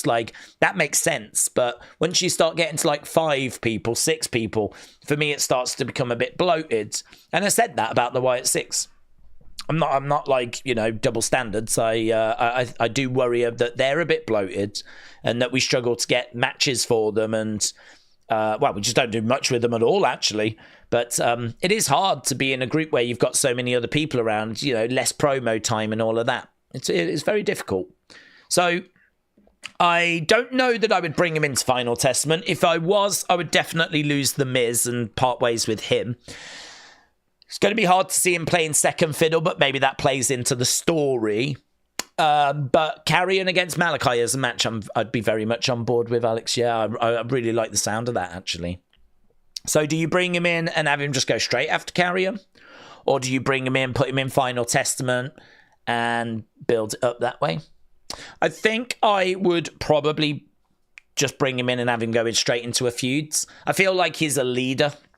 I feel like he can stand on his own 2 feet. Normally you put someone in the background because they're learning. They're not as good as a promo and, they need to just pick up a few tips. They benefit from being on the road. You've got to remember, Aleister Black, he's been in the WWE system. He's been on the main roster. Normally, you would put them with someone like that to ease them in, to get them into the system, He's been in the system. He knows how to promo. He's just been the leader of the House of Black. I would only be putting him in that group so that I could turn him further down the road. So, don't know. I'm sort of torn on it. I think I'm talking myself out, putting him in the group. But if he was to go in, I wouldn't be down on it. I would just be waiting for the turn. But I do really like that match. A good mid-card feud, said Alex. I agree. Yeah, I do like that matchup. Fiendish Howdy said Alexa has changed her bio on Instagram. Before, in her bio, it said Alexa Bliss on Monday. Now it's been removed. I've sent pictures on Twitter. I've got them in the folder, but I think that there's a bit of a thought that it is just a bit of a refresh. I don't know that it's anything monumental, but as we've been saying in Unseen, there does appear to be something that's kind of going on. There does appear to be something happening. We've obviously had the rumors of the contract negotiations. I tell you the other concern, if I was a if I was a Alexa Bliss fan, one of the concerns would be she's probably made money. She doesn't need to come back. She's coming back because I think she enjoys it, wants to see her fans and all that, but she doesn't need to. And now she's a mom. You know, I wonder if she's asked for like X amount and WWE don't want to give her X amount. And I wonder if we're in a bit of a situation now where she doesn't need it. She doesn't need it and she's playing hardball. I don't know. I don't know. I don't know what the situation is. I don't know if she's playing a bit of hardball or because there's been word about contracts. And now all of a sudden we're seeing, you know, her saying goodbye thanks to that Frank Sinatra thing, taking stuff down off her bio. But then she has come out and said that she's doing a 2025 revamp. Nothing crazy. She put that message out earlier. It's just a 2025 revamp. She changed her banner. Nothing crazy. So it could just be that. It could just be a revamp. So we're going to have to watch it play out. Fiendish Howdy, shout out to you, buds. Let's not forget the transfer window is open. Anyone can move. Who would you say benefits more? I answered that. We don't know until it's all settled down. You know, someone like the Wyatt Six that have struggled to get onto TV, then moving to SmackDown feels like it could be a good opportunity. But then I don't know how stacked SmackDown's going to be. You know, I don't know. And obviously the concern is that it goes to 2 hours, doesn't it? So until it's all moved and settled, we can't really answer that. Because you might be jumping out of a problem and going into a new problem. Steve said, do we think WWE needs to bring in any more people? The roster looks stacked. Where would you put Malachi? Well, I don't know that we need to bring more people in because I agree with you. We've got a lot of people and we've got people waiting to come up from NXT. I mean, we're talking about bringing up Roxanne, bringing up Trick. And you're right, the main roster's pretty full. So, but I think if I'm WWE, you know, I can't take everyone. I've got to look at, like, what do I need? I would think I'd like to think that they have sat down and they've figured out that for 3 hours of TV, we need 50 stars, right? Because we are going to have injuries. There's going to be sicknesses. We need a roster of at least 35 so that we can rotate through that 35. And we've got to have some extra for injuries and sickness. And we need about 35 so that we've got enough to have a plan A, a plan B, and tell the stories we want to tell, right?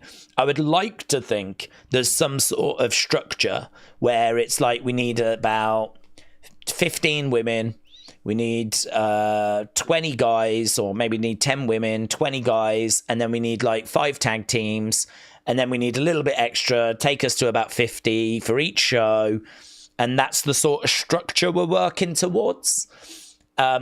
Now, I've not done that work. I've not sat down and like worked any of that out. I'm just plucking numbers out my head. But if I was to run that as a structure would be, you know, a starting point. That's sort of what I would run with. You can never have every eventuality covered. You can never cater to everything, right? But as a running kind of thing, that's sort of what you'd be looking for. So it's going to come down to, have they filled all those spots? Is there any vacancy?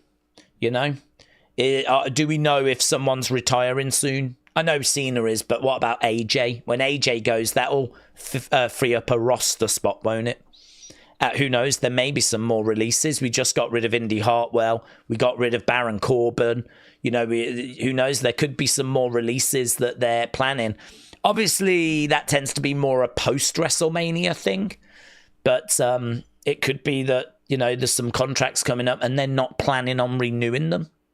It could be that as contracts come up in this year, that's it. We part ways with people. That absolutely could be on the agenda.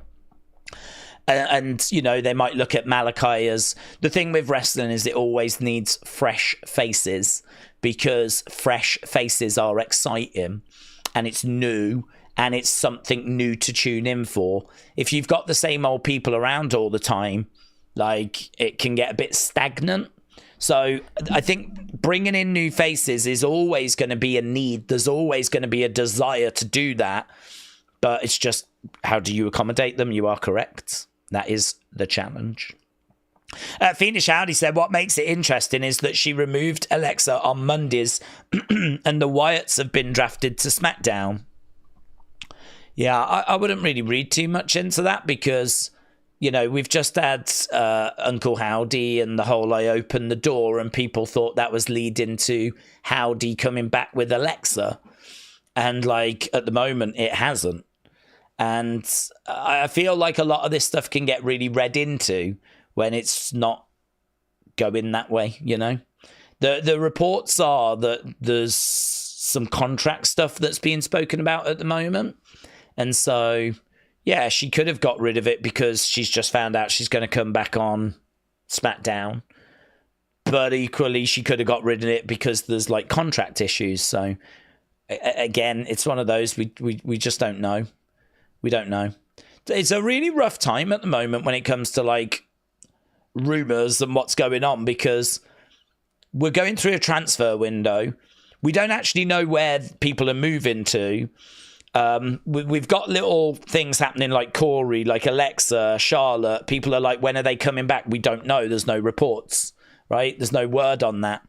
So we don't know any of those things.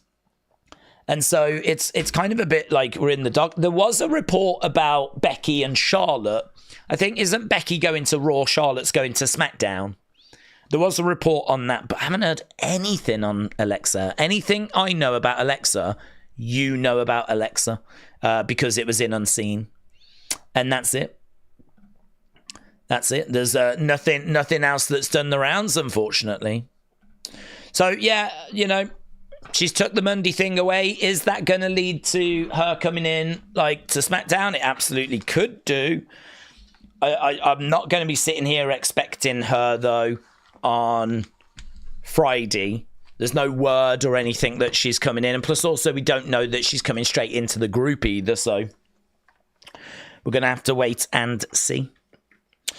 Do we think we have no decent tag teams? Hardys, Steiners, Dudleys, Hart Foundation, Good Bros, just WWE chucking stars together? Well, I think tag team wrestling has not been prioritized, has it? I think they're trying to do it a bit more now. You know, they've really committed every week on SmackDown to Motor City Machine Guns, Street Profits, DIY. Like, they're trying to do something there, clearly, because week after week after week, they are investing in those stories. So it does feel like they're trying to create something there. I don't know that I feel the same about Raw. I don't know that I get the same vibe. I mean, we did see the War Raiders coming down in the main event of Raw. So, I mean, that was good. But it doesn't quite feel like the same. And it's certainly, I mean, there's no point comparing it to, the golden era. There's no point comparing it to, like, Legion of Doom, Demolition, British Boy. We're nowhere near those levels. So I would say that tag team wrestling is all right. Could be a lot better. Ain't nowhere near where it's been, though. Nowhere near where it's been. Right, we got a minute to go, kids. 1 minute to go. Clock is ticking down. Finish out. He said the UEDNJ518 thing from the QR code makes me think she's the 6th member. They are the first letters of each individual first name. Yep. But we don't know that she's coming in straight away. It can be that the Wyatt 6 plan on her being the 6th member, but it doesn't mean she comes in straight away as the 6th member. And I think it was Tom Colohue that said she wasn't going to come in straight away and be in the group. She will join up eventually. She will join them eventually. Word on the street is that there's a character for her that Bray had in mind that she will come back to do. But we don't know that when she comes back, she goes straight into that group. But it is believed that she will come into that group at some point and she will become that 6th member. But listen, as we've said, plans change as well. So, and also reports can be incorrect. So as much as we sit here and we talk about having an idea as to where it's going and we think it's this, it could absolutely be the opposite. It could absolutely be the opposite. Because it could actually turn out that they've changed their plans and they want to put her straight in now. Okay, here we go.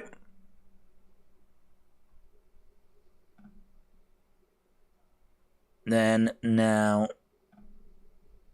Boop, boop, boop, boop.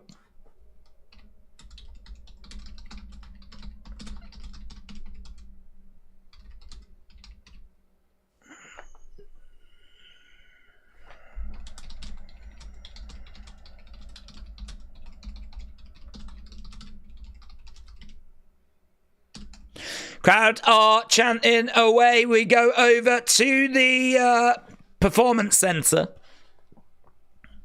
What are we starting with? NXT, NXT, NXT. So we're just seeing the crowds. I've got no commentary. Is there no commentators today? Are you lot getting commentary? Because I'm not getting commentary right now. And that has happened a few times, actually. That has happened a few times.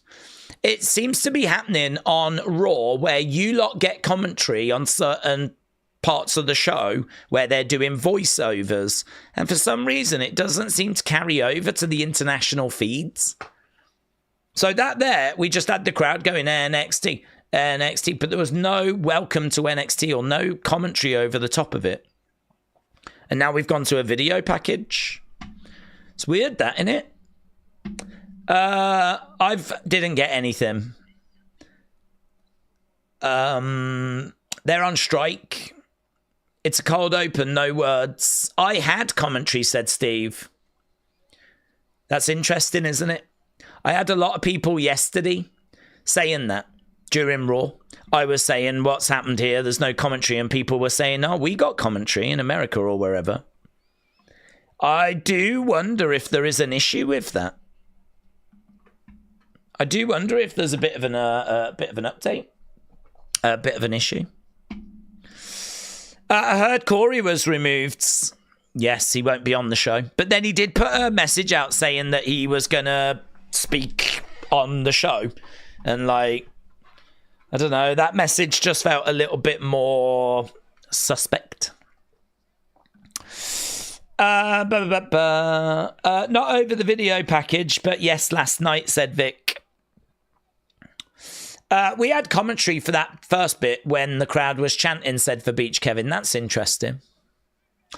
Nick Butch said, no great tag teams. What about the Usos? They're one of the best teams. The rest of the tag division is a bit meh. I don't think they're really together at the moment either, because Jay's going after Gunther, isn't he, at Saturday night's main event? So I'm not sure that they're even a team really now. Did you see one thing going around about Corey being peeved off? He is cleared to wrestle, isn't he? There's no word that he's cleared to wrestle. There's no word that he's cleared to wrestle. People are wondering if it is a work, but a lot of the dirt sheets are saying that it looks legit. So we don't know, is the honest answer. But his last comment definitely felt more like it was a work. Okay, here is Oba Femi. I still do not have any commentary, you know.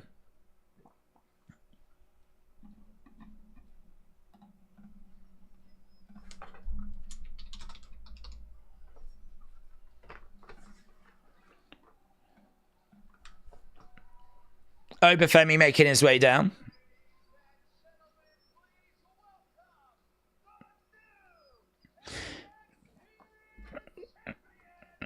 Oba Femi, era of Oba.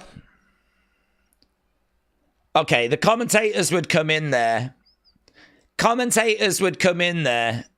And actually, I can see them talking. Wow. Wow, the commentary is so great, said Corey. No commentary.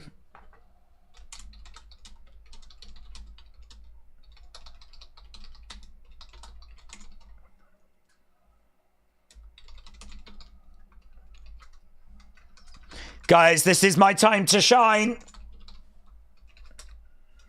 Okay, Oba Femi in the ring.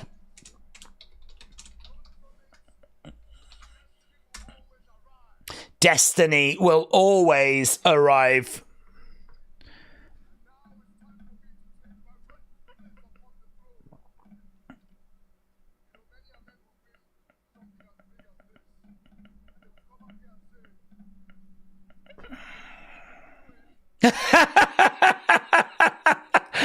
I never believed I could do it.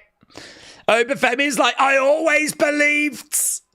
Some other people would come out here and say, I never believed I would do it.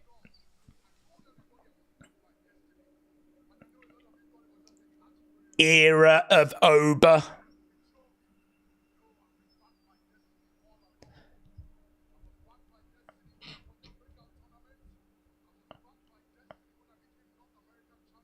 He's talking about being backed by Destiny. I don't know who this Destiny is, but she sounds very supportive. I was backed by Destiny when I became NXT champion. Era of Oba. I'm going to rule how I see fit. Metal Mama, hello. First time ever, not chatty. I'll leave today's. Love y'all. Metal Mama, shout out to you. I hope you're having a good day.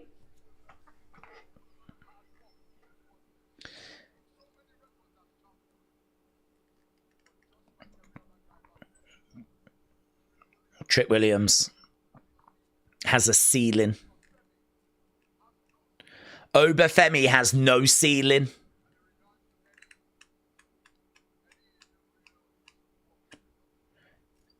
Eddie is a real piece of work. A deceiver. He's like a cockroach that won't die.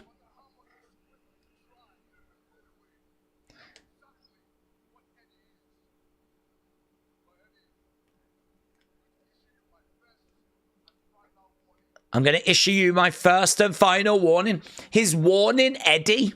Is this going to be Eddie? No, it's Tony. Tony D'Angelo. Tony coming down, North American champion. Yeah, Tony has beaten Oba to win that title.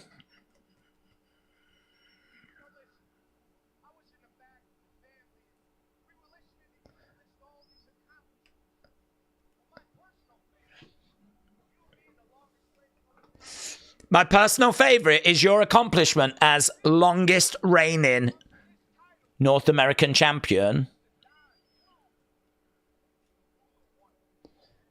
But when it comes to this title, it's the Don 2, Ruler 1.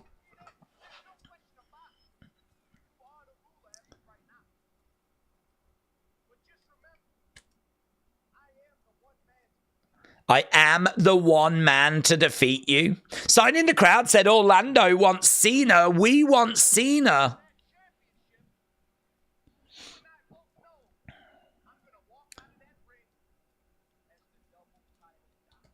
I'm going to walk out of the ring as the double title Don. I feel like it's too early for this match. Too early.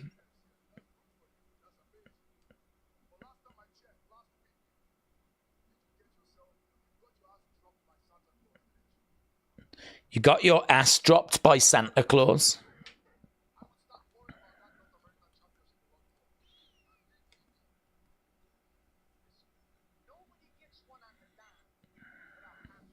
No one gets one on the Don without consequences. Oh, hello. Ridge Holland, forgot about him. Hello, Tony. Hello, Tony.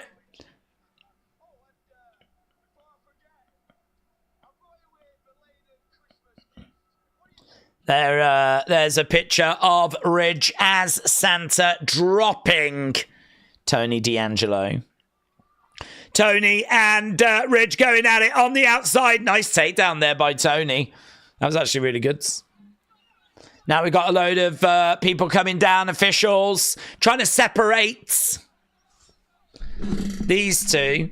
So, yeah, I felt it was a bit too soon for Tony against Oba. Surely this is going to be Eddie. Ooh, strap. Is that a strap? Ooh, are we going to do a strap match? Why has he got a strap?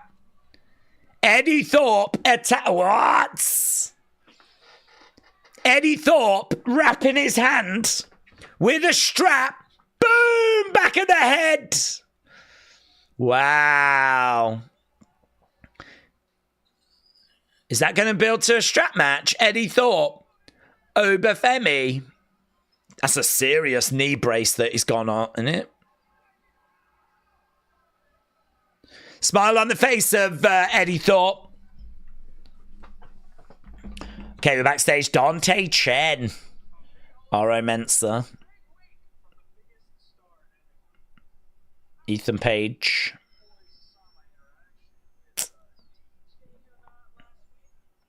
Look at Andre Chase, slumped in the corner, looking gutted.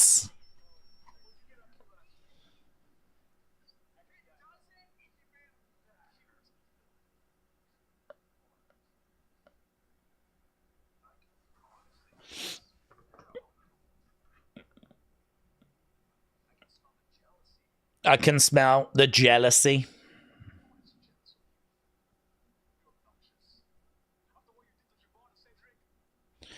Are we going to get Dante tonight? This would be good.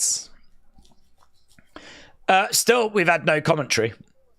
Did you see the Penta debut on Twitter? Over 2.6 million views. It surpassed all three of AEW's big names of Okada, Mercedes, Ospreay. They got 2 million combined.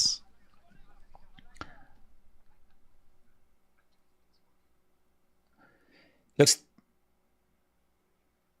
I'll go to Ava to get this, mates. Right. Stephanie?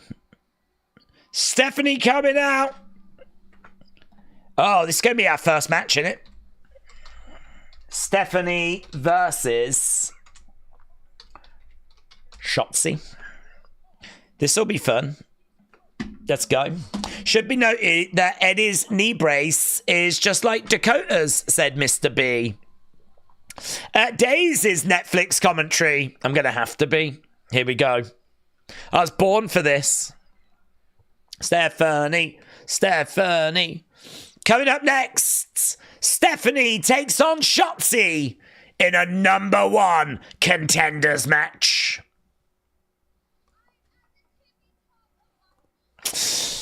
Stephanie is a challenge to my heterosexuality, said Lethal Trini. Daze, how come the fans are booing Hulk Hogan? Did he turn heel? Also, was heel New Day Raw Netflix, said Lemuel.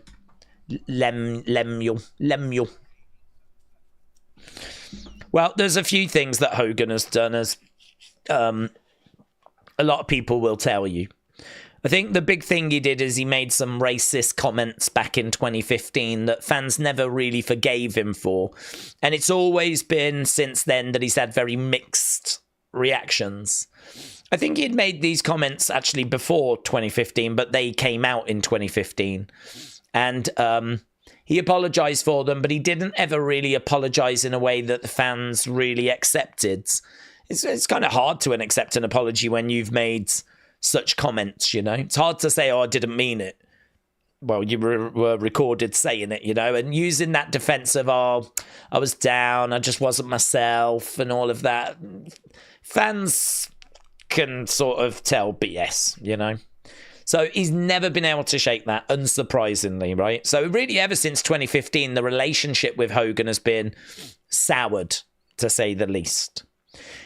But then, of course, you add in the fact that we've just gone through the Vince scandal. And Vince McMahon is facing allegations of, like, you know, serious allegations.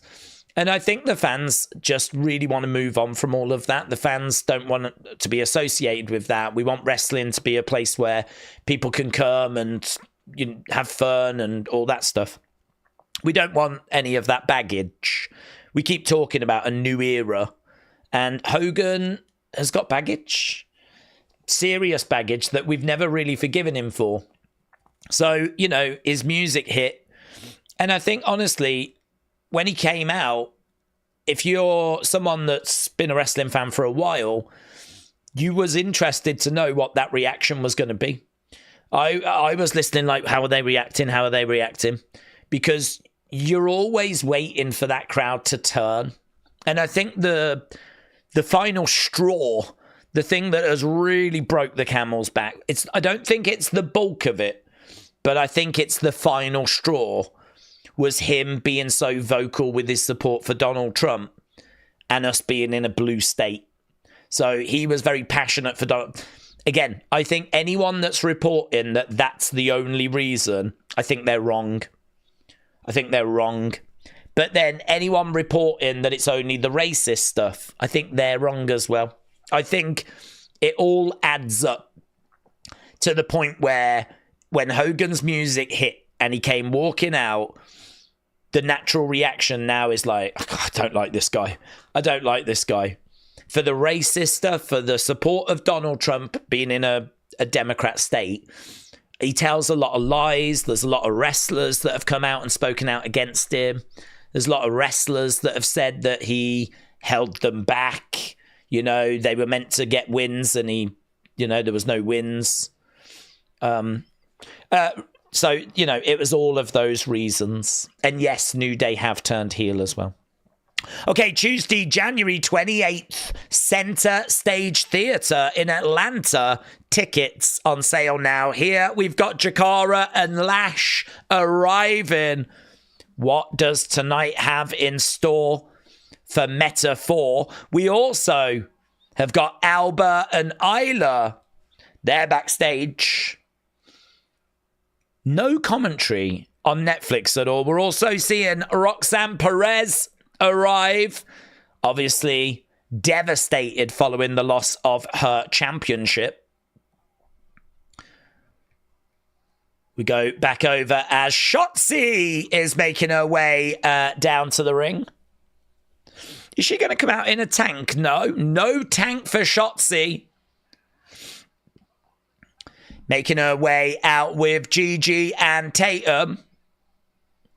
Chemical X, we believe their name to be. So Shotzi on the edge of the ring, big smile on her face. She's still got the helmet and the horns. So we've still got that aspect, but no sign of a tank anymore. Getting a decent reaction from the NXT crowds. Shotzi and Stephanie.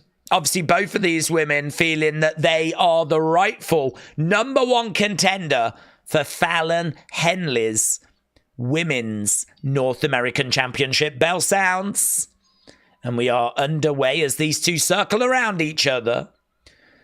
Stephanie making such an impact since she arrived. Shotzi looking to rebuild following injury. Grabs the leg of Stephanie. Nice takedown there by Stephanie, though.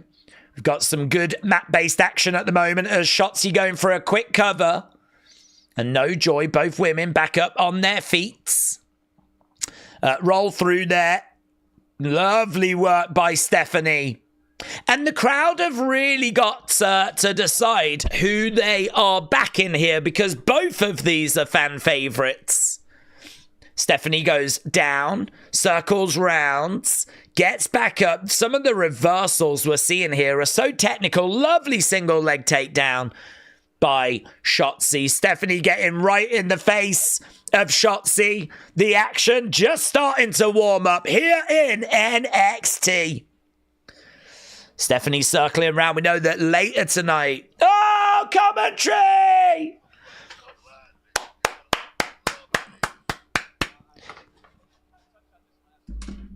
Booker just burst into life.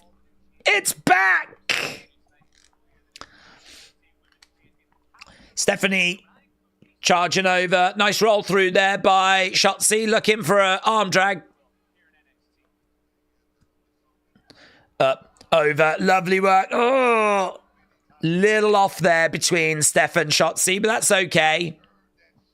1, 2. Nice. Oh, that was great by Shotzi. Straight through the legs. Roll up, but only getting a 2. Nice way. Nice takedown. Coming over. Nice tying up the legs. Good work there by... Look at that. Oh. Good reversal, though, by Shotzi. Really pulling back on the leg. We're seeing Shotzi really showing, like, how good of a wrestler she is here. She's having to actually break out some pretty serious wrestling moves. More so than what we would usually see. 1, 2, kick out there by Stephanie. Stephanie getting back up, duck underneath. Goes for a clothesline. Goes for a kick, step up enziguri by Shotzi. Stephanie goes down. In the corner goes Stephanie. Shotzi climbing up. Daze, I can't wait for the Rumble. I think we don't need any debut or many returns. Both the men's and women's rosters are stacked, said Riley. I agree, buds. Shotzi to the outsides. Stephanie in the middle of the ring. Shotzi going up. She's going to look for a crossbody. There it is. Lands it. 1, 2. Kick out by Stephanie. Does anyone wish there was more generic shock victories? Like, just to make the week-by-week shows more interesting. Gutted since losing the network. We don't have Level Up now. No, they got rid of Level Up anyway. Level Up stopped as a show. It's not on anymore. They are talking of bringing in NXT Evolve, which is going to be a whole new show. Whole new... I don't know if it's going to have its own roster, but it's going to be like that talent that's not quite at the NXT level. A bit like NXT Level Up was. Here we go. She's smashing Shotzi face first. Ah, yeah. Daze, did you see Ray Phoenix posted congratulations? I did. Booker T just busted one out there, said Alex. Well, I definitely didn't need commentary for that. It would have been great if the commentary had not been on during that point. Stephanie is so crisp in the ring. It seems like almost all the current main roster champs are former NXT champs. Who we got? Gunther. Cody wasn't. Who's the mid-card champs? LA Knight. I think he had a mid-card title, didn't he? But he was never NXT champion. Shinsuke was. What about women? We've got Tiffany. She was. We've got Rhea. She was. We've got... But then, saying that, isn't like 90% of the main roster from NXT anyway? Who's the Lyra was, and who's the other one? Chelsea Green. Chelsea Green wasn't women's champion in NXT. I think a couple weren't.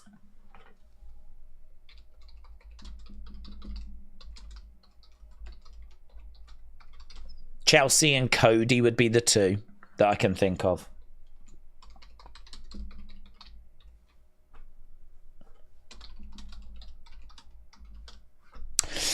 I think Daze is failing at commentary. He's paying too much attention to the chat. We're actually at commercial break. Yeah. So right now I'd be sat sipping tea if I was actually at a commentary desk. Taker 1990. The Wyatt Six are still listed on the Raw roster. Think back to when AJ Styles was on SmackDown. He said he was retiring. We knew that wasn't the case. Carrion says the Wyatts have moved. Yes. I don't really read too much into that, though, because they could absolutely move them tomorrow or the next day, or... Do you know what I mean? I don't know that the movers actually... They're moving to SmackDown, but I don't know that they've moved. Brendan Thurston brought up that perhaps Raw viewers that normally don't watch NXT tuned in last week because even with The Rock to go up 331 is insane. Yeah, could be true. Could be true. I mean, we don't know what we're going to be doing this week. Obviously, there was just a lot of buzz around WWE, and there was a lot of talk. Even like Hulk Hogan being spoke about is still getting WWE in the conversation. So I'm sure there was some benefit from all of that. Steve, shout out to you, my friends. Steve gifting 10 Wrestling Daze memberships.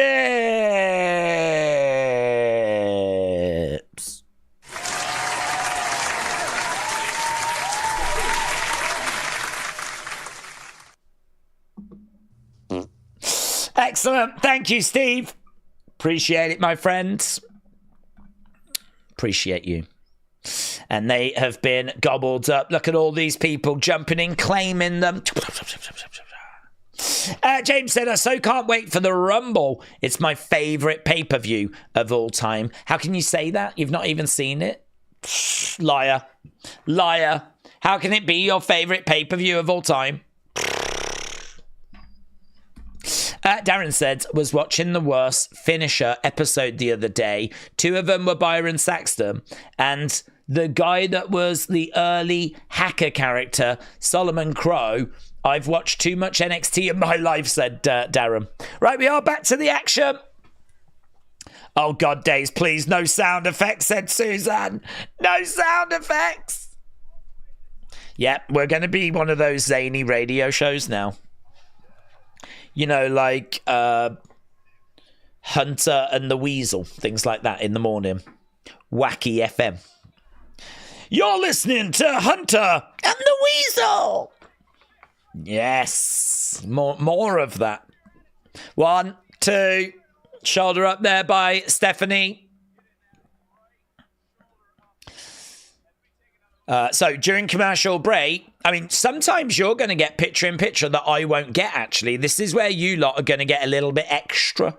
This is where you'll be seeing some stuff that we won't see. James said, Daze, shut up, you dumbass. Nathan said, Daze, forget WWE commentary. With the applauding, you need to be a game show host. I would look good in one of those cheap suits. Lovely work here by Shotzi. Colliding into Stephanie. Stephanie holding on to that top rope. Shotzi. It's a real battle going on here. Shotzi has got the arms. Look at that. Lovely suplex. Oh, felt like she was going to get the 3 there. That was close. That was real close. Booker said, I thought that was a 3. Imagine if Shotzi beat Stephanie.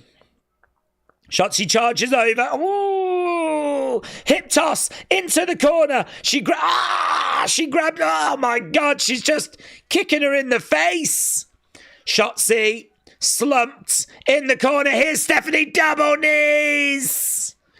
Double knees by Stephanie. Is this the beginning of the end? 1, 2. Shoulder up. Shoulder up by Shotzi. Shotzi digging deep. Hanging on. Trying to survive. It's all Stephanie at the moment. She's got her up. No joy. Oh, big right hand there by Shotzi. Shot coming back. Oh, who's this? Is that JC? JC Jane has come down. They're grabbing a hold of JC, dragging her in the ring. Headbutt by Stephanie and Shotzi. JC goes down. It's a bit weird. And then we've got JC in the ring as this match is continuing. Oh, there is Fallon. Roll up by Shotzi. 1, 2. Oh, my God. Shotzi picks up the win. Shotzi picks up the win But it's thanks to Fallon Henley. Well, there we go. It's a big win for Shotzi, but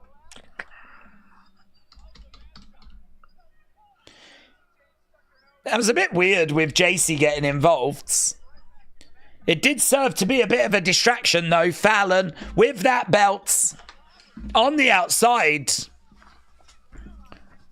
smashing Stephanie with it, and Shotzi doesn't realize that she has just benefited thanks to some outside interference. In 2 weeks' time, Fallon, Shotzi for the North American Championship. It's going to be in Atlanta. Oh, well, overseeing the women's division. Kalani, Solruka.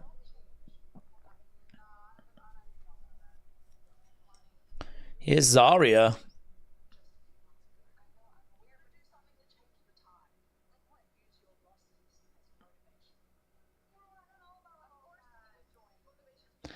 Here's Cora.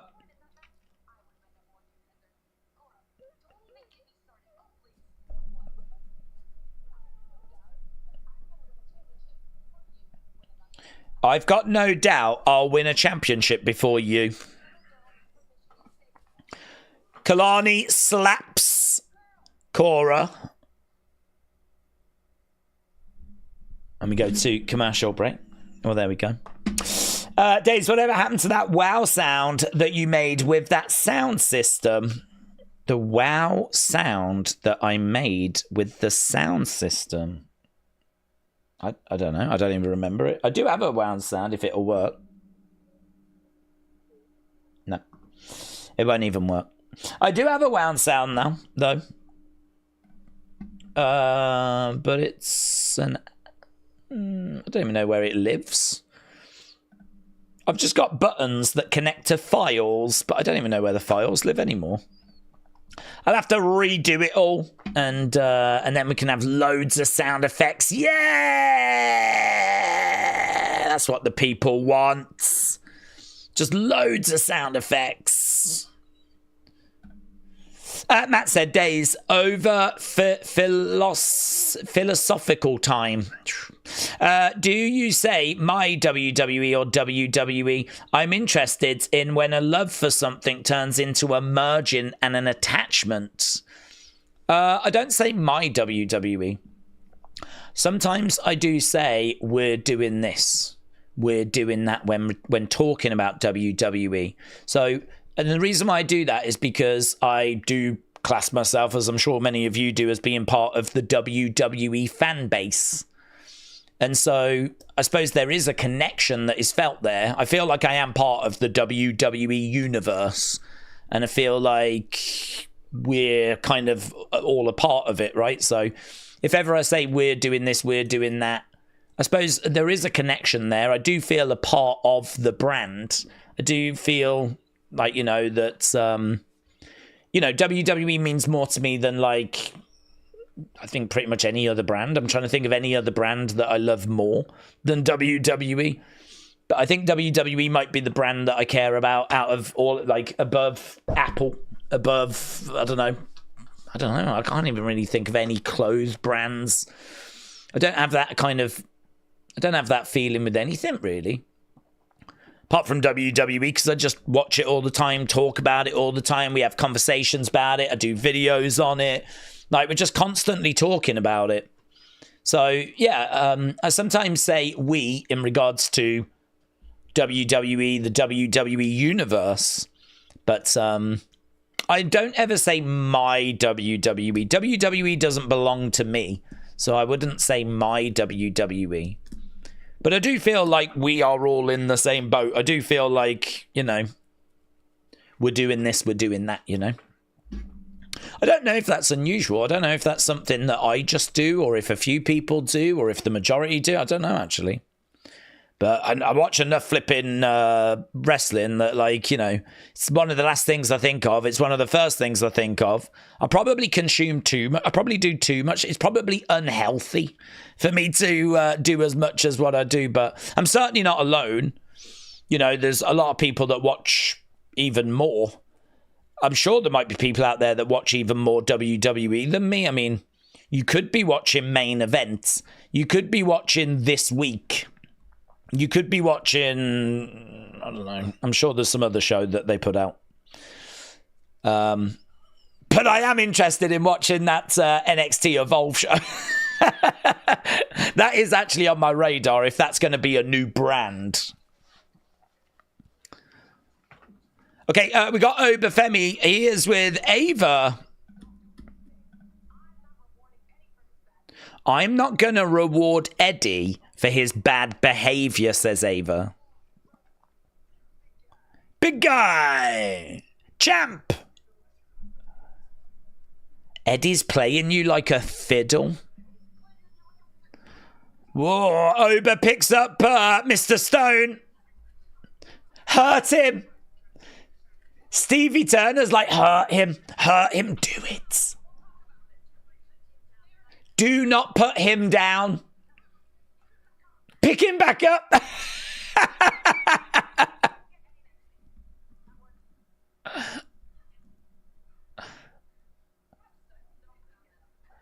Hurt him.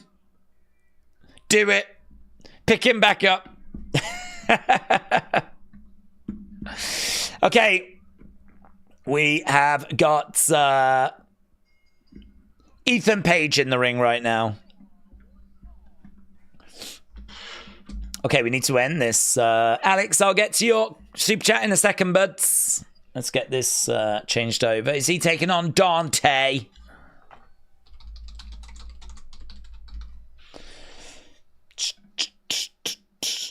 He's probably going to mess Dante up, isn't he? Ethan Page is going through this period of, like, really hurting people. It might be that Dante is going to be that next victim. Okay, first match was good, 97%. Ethan versus Dante. Bum, bum, bum, bum. It's exactly the same when we talk about football. When we say we played great or we played awful. That's a really good point. Really good point, yes. It is exactly the same as that. Yeah, Man United, how did we do today? Yes, you're absolutely right. You're absolutely right, it's that. Okay, we are underway with match number 2. And Ethan jumping Dante just before.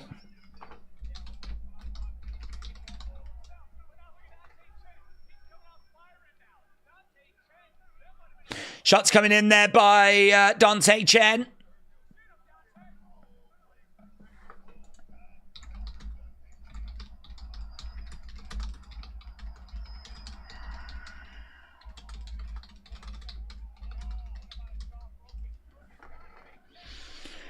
Dante Chen going over by the ropes. Backstage, we're seeing Lash. We're seeing Jakara. Dante goes over to Ethan Page. Goes into that middle rope. Dante is down. Ethan comes over. He grabs Dante. Oh! Dante planted. Ethan rolling him over. 1, 2, 3. It's a win. It's a win. It's a very quick win for Ethan Page.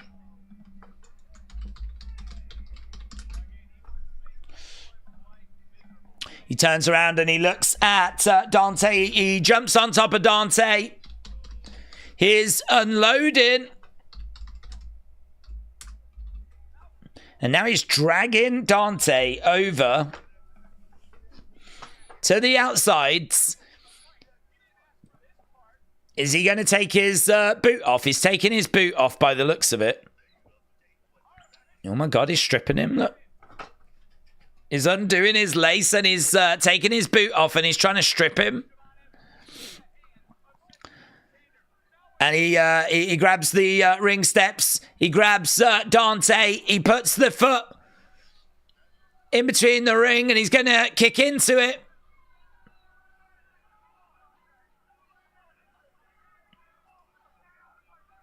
Stay out of my business. Ethan kicks those ring steps. And Dante screams. I like how WWE is booking all the talent so that we know who they are. It's a staple from the Attitude Era, said PJ. Jessica said, I think it would be awesome to have Natalya on NXT often, like she was for a while, as she has got such a fantastic, she is such a fantastic mentor to the younger talent. Yeah, I don't know what they've got planned for her. It doesn't feel like it's much, does it? Javon's here, yay! This boy is bouncy! Let's go, Javon! Oh, down he goes. Javon goes down.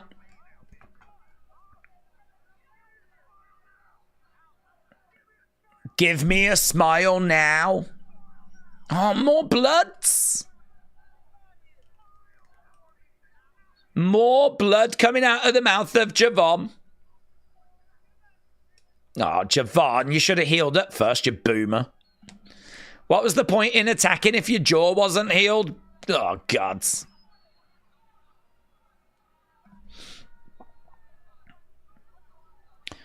Dante down. Javon down. Oh, gods. Right, and new Julia coming up next. Your boy is leaking. I know. Got a leaker. Ava should suspend Ethan, said Suzanne. I freaking hate this whole mouth jaw BS, says Charles. He's a bloomin' mess, said James. Royal Rumble. Little advert for it. Get excited, kids.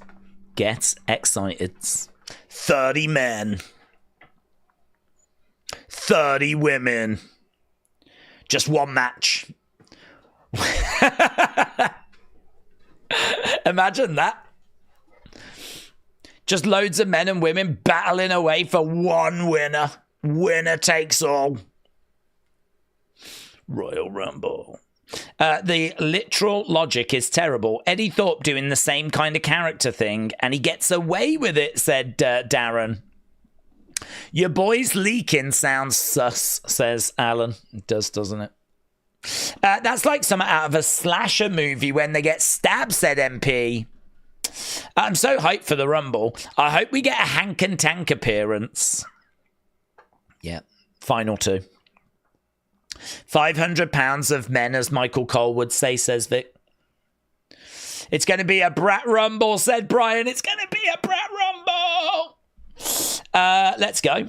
I enjoy his commentary. NCFC updates. What's this? Who's this? What's an NCFC? Is that like a sex thing? Do you have a dream match in NXT? I suppose it would have to be Stephanie against Julia, wouldn't it, really? I'm trying to think if there's anything else. I wouldn't turn down Oba Femi versus Tavian Heights when Tavian Heights has had another 6 months. I really like Tavian Heights. You know the success that Omos is getting in Japan at the moment. Lots of buzz around him. People love him, what he's doing. Tavian Heights had that. When he was over in Japan not long ago, crowd were chanting his name. He had that sort of emerging talent vibe to him, like, we need to watch this guy. He went over there and he really won the crowd over. And they were chanting his name, and like there was real... I was like, I see you, man. I see you. And he's got a good size to him. He's got a amateur wrestling background. I really feel like Tavian Heights could really do something. But it's just a bit early because we haven't really done a great deal with him. He's in that tag team at the moment with Miles Bourne. He's in No Quarter Catch Crew. So I look at him and I'm like, I'd like to do something good with him. And at the moment, that match would bang, you know. Tavian Heights against Oba Femi. I think that would bang. But, so that's probably my outside shot, my curveball. But it's hard to not say Julia Stephanie, isn't it, really? Daze versus Trick said matter. Yeah. Let's go. Dream match. But with the stacked roster now and some legends they can bring in, do we think it's time that we do 14-person rumbles, or is that too much? I think I would keep it at 30. I think it works, doesn't it? We did try a 40-person rumble, but to be honest, I mean, I would love to just cut out some of the waffle. I don't know about you, but like when Del Toro comes down, do you know what I mean? I don't need that. That to me is a wasted spot. Because Del Toro's never winning the Rumble. And so why could we not put someone in that's like better? Why could we not put someone in like I had that list, didn't I, which I thought was pretty strong for 30 names. I didn't have any Del Toros or Whacking Wilds. I didn't have Ivar. I didn't have Eric. I didn't have Angelo Dawkins. I didn't have any of those kind of, you know, one-off of a tag team type people. I just had, like, what I felt were former world champs, big names. I mean, yeah, you had to have, like, The Miz. But I don't think The Miz is too far down the pecking order. It's just a bit cold at the moment. He hasn't had a win in a while. So I sort of feel like, but he's still a, you know, former WWE champion. Still main evented WrestleMania. So, you know, and then, like, the start was, like, Goldberg, Jeff Hardy, which I think are realistic. Randy, Rey Mysterio, John Cena, Roman Reigns. Like, it's going to be a sick Rumble this year. So, I know I wouldn't increase it. I would just work hard to get that 30 as strong as we possibly could. Brett is talking... Sean is talking to Roxanne in the background. Here's Dion Lennox. Oh, I can hear the Riz. Sean Spears is chatting to the Riz. Do you think...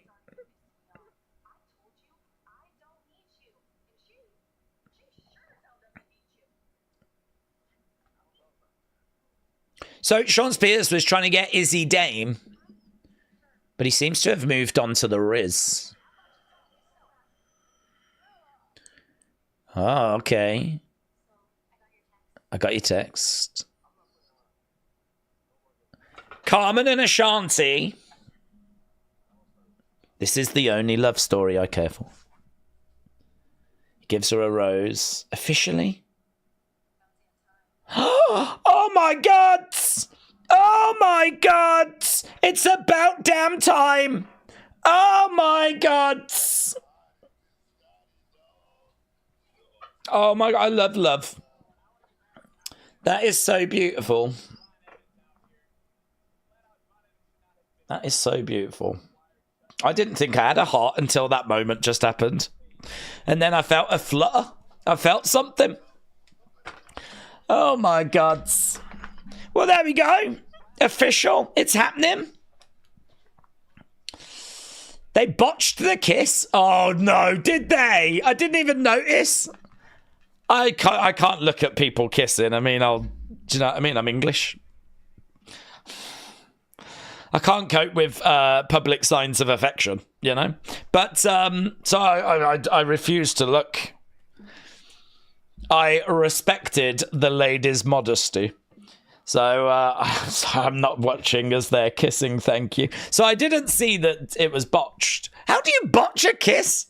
What actually happened? Oh my God, I need to watch it. I don't even know if that's PG, said, it's not PG for us.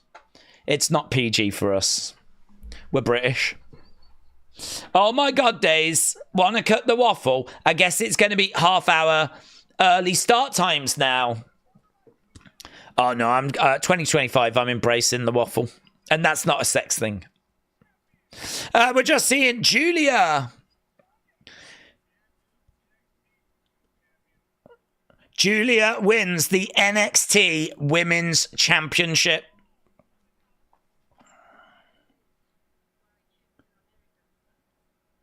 She did it. Julia is the NXT Women's Champ. Hashtag New Year's Evil.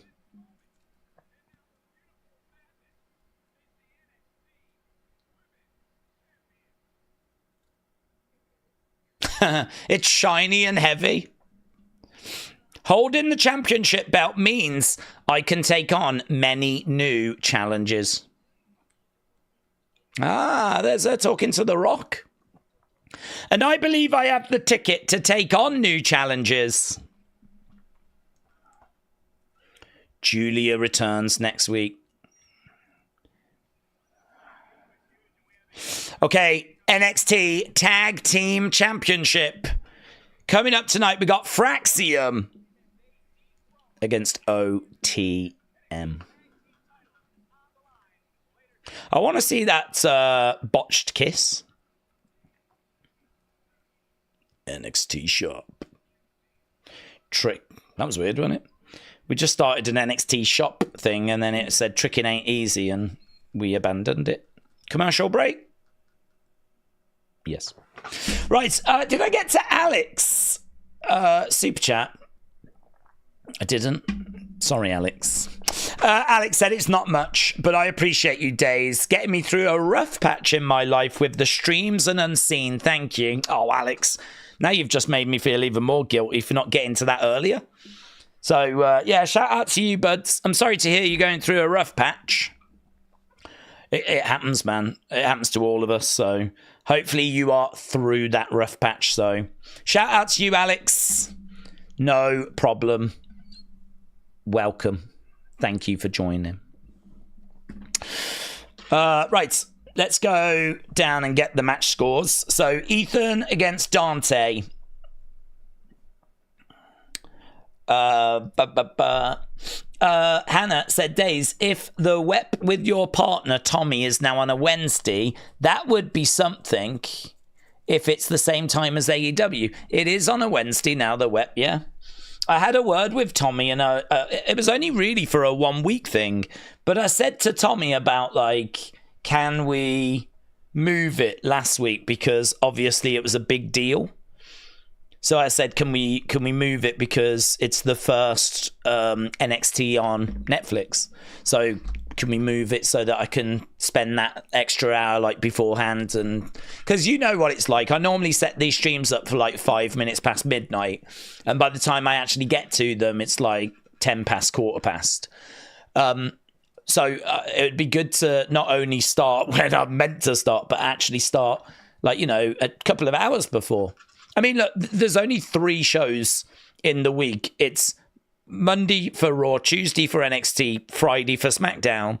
It really makes a lot of sense that we try and maximize all 3 of those shows. So I'm happy to do it, but it does mean that the WEP now has moved to a Wednesday, which might not work for some people.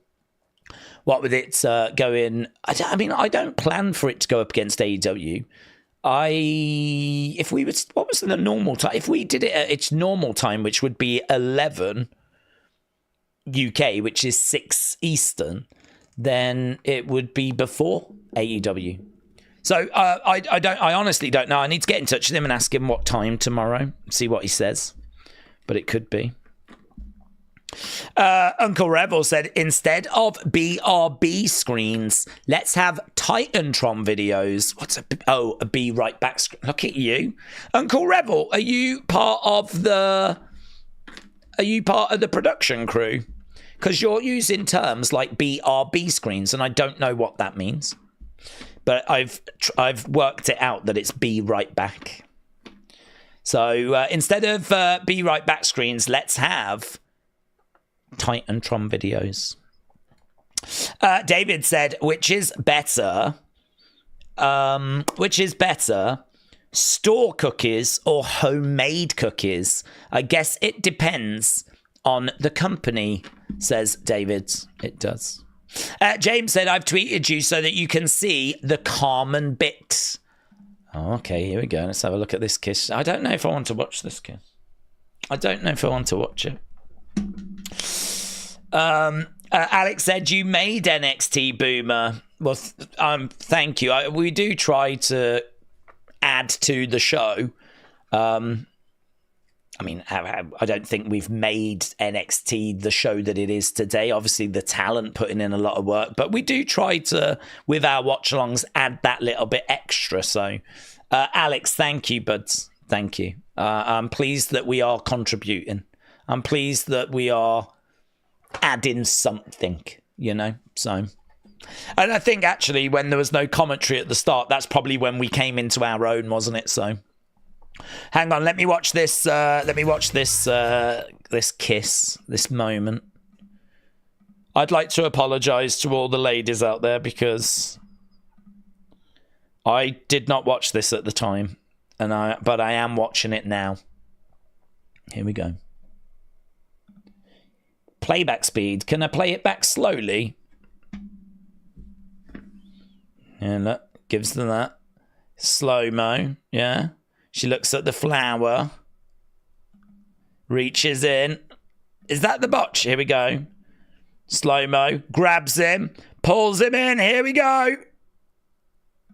She went side, she went cheek. He wanted mouth. Yeah, they're sort of like, she's doing a good job though. He is not. He clearly wanted mouth. And he didn't get it. She's gone side cheek.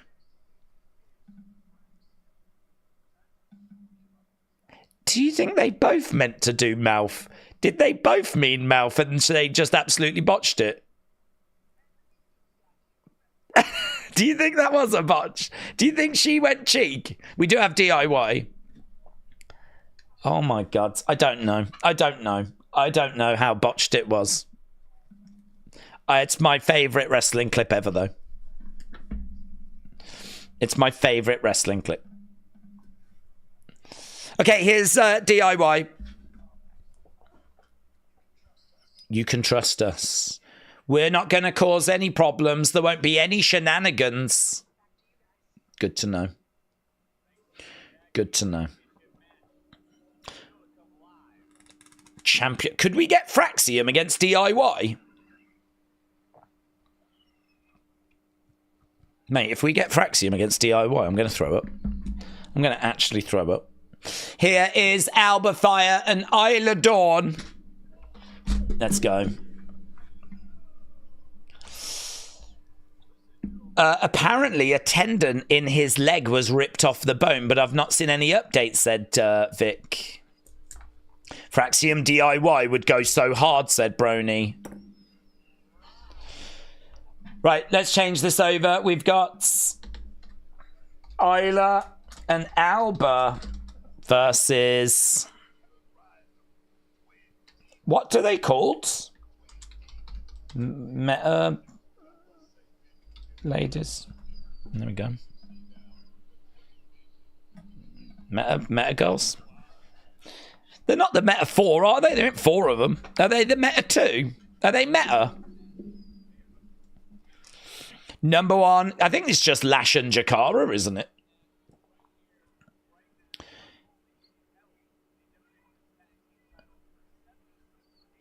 Denzel, shout out to you, my friend. Denzel said, Daze, you made it to NXT. Thoughts? Well, Denzel, I really appreciate it, dude. I really appreciate it. Yeah, I think whenever you do make it to another day, it is very exciting. So you're right, I've made it to Tuesday. I mean, I didn't realise you had such concern. Are you worried that I won't make it to SmackDown? Are you worried I won't make it to... Do I look that ill? It might be, actually, because I don't think I've got the saturation turned up that high. So perhaps I look a bit paler than I actually am. But, yeah, we've made it to NXT. That is true. I didn't have much doubt that we would make it. But here we are. You know, I'm pleased. I could have died in my sleep, but I didn't. So, Denzel, a very weird comment. Thank you. Fingers crossed we make it to SmackDown, you know? Fingers crossed we make it to SmackDown. That's my goal. I'd like to make it to WrestleMania, to be perfectly truthful, but I don't know. I don't do much exercise. I probably shouldn't count my chickens before they hatch, to be honest. So, Denzel, thank you, my friend. Thank you for celebrating the fact that I've made it to Tuesday. And fingers crossed for Friday. Here's Lash colliding into the corner. Here's Jakara. Boom. Isla Dawn in a whole heap of trouble right now. Okay, Jakara taking Isla down, rolling her over. Shot to the midsection there by Isla. Forearm strike coming in there by Isla. We got Jakara against the ropes. Over the other side, in the middle of the ring. Beautiful sling blades there by Jakara. Isla down. Jakara against the ropes. Cartwheels over.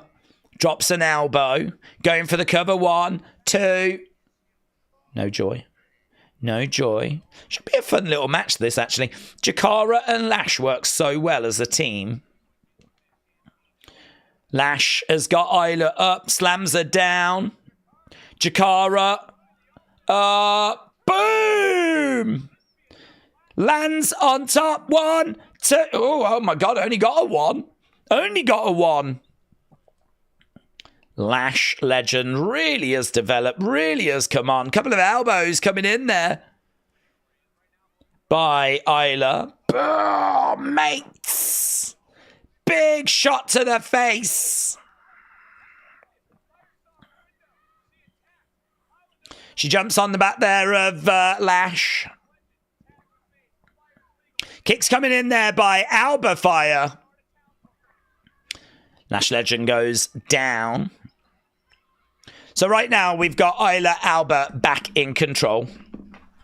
It's Bryn again said, I hope you make it to SmackDown and I wish you all the best.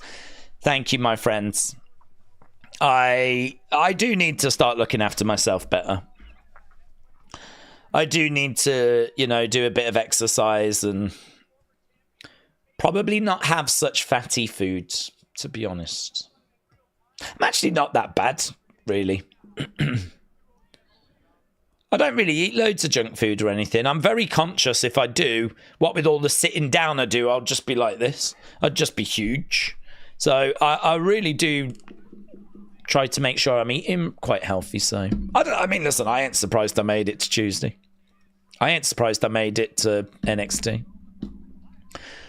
It's disappointing some of you are, actually. But, you know. In comes Jakara. So it's Bryn again. Shout out to you. Daze, they're now called the Meta Powers. The Meta Powers, yeah. Go, go, Meta Powers. Into the corner goes Jakara. She went hard into the corner. Isla on the outside. Boom! Double knees. Duck underneath. Against the ropes. Up. Over. Boom! To the outside. Here is Alba. She's about to go up to the corner, up top. Down she comes on the Meta Boomers. NXT, NXT, NXT, NXT. Guys, you know what time it is.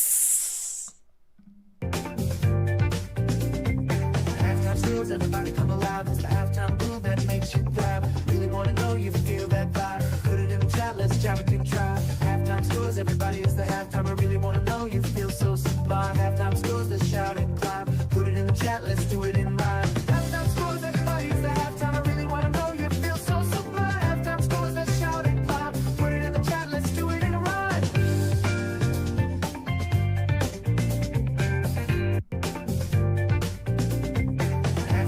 Everybody come alive. It's the halftime groove that makes you thrive. Really want to know you feel that vibe. Put it in the chat, let's jam it, can try. Halftime scores, everybody is the halftime. I really want to know you feel so sublime. Halftime scores, let's shout and climb. Put it in the chat, let's do it in rhyme. Halftime scores, everybody is the halftime. I really want to know you feel so sublime. Halftime scores, let's shout and climb. Put it in the chat, let's do it in a rhyme.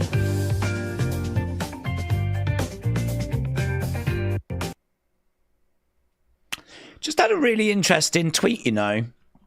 Roland Green said, with Sean talking to Roxanne in the background, could that be for a Rumble call-up? Could that be for, you know, something along those lines? It's interesting, isn't it? Didn't really think about that. Right, Kader said 5. Geordie said 10. Wrestling Overtime said 6. Brony said 6.5. Caleb said 6.75. Kapata said 7.5. TX Cam 23 said 6. Chris Gregg said 9 to 7. Puta with a 5. Dro with a 6. Isla might have broken your Jakara's chest. My Jakara's, she's not mine. David said 7. Phantom said 6.6. MP said 6. TJ said 6.9. John said 7. Lethal Trini Barbie said 6.75. Aubrey with a 6. Vic with a 6. Uncle Revel says P break. Kieran said 7.9. American Nightmare said poop out of 10. We got 7 out of 10, says David. Ian said bring back the original halftime song with the boomer. Suzanne with a 6. Metal Mama said Daze, turn on BTTV extension. What does that mean? What does that mean? I don't understand what you boomers are doing. What's this? Some old person thing. Boomer TV. Turn on the Boomer TV extension. I'm sorry, Metal Mama. Our community is too full of young, hip kids for Boomer TV. Does that make the volume a bit louder for you? Does it slow it down so that you can understand what's being said? And it increases the volume a little bit more? I don't know what the hell BTV is. I don't know how to turn it on. I don't know where to find these things. David said, I love that song. It's Bryn again said 6 out of 10. Give me Corey Graves. Draco said 6. Virus says 7. A. Jobson said 7. It's a very fun show. 6.8 said Blue Whale Sonic. 4.3 said Opolis Travels. Dominic said 6.5. Kian said 6. Hasib said 4. American Nightmare said -10 because there's no Corey Graves. Let's go. Broken hips maybe, Boomer says Matter. Okay, we are back underway with this match. We're 7 minutes into the second part of this. There we go. Look at that. Slam down on top of Isla. She grabs Alba. Going to pick her up. Oh, slams her down. Going for the cover by Lash. 2. Save made by Isla. No. She's pleading. She's backing away. What's your all-time favourite Power Rangers series? Oh, the first one, mate. I love the first one. You know, it's like most things, isn't it? It's hard to beat the first. So it would be the first one. I love all the characters. I love the goodies and the baddies and the settings and the stories. So good. Right now we got Chikara on the shoulders of Lash. Here we go. Right now we got Alba. Just move out the way. They're standing there like, no. Just move. Just get out the ring. Just move. Just play. It's an extension that you add to the browser from the Chrome store. It allows us to chat and use animated emotes to express ourselves. Where do you... What? Where? How? It's an extension you add from the Chrome store. What's a Chrome store? Legit, I didn't even know there was a Chrome store. What's it called? Boomer TV.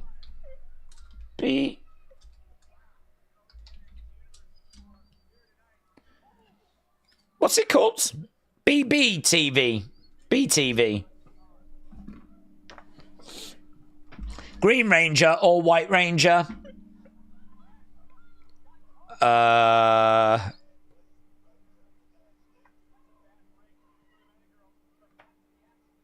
White Ranger.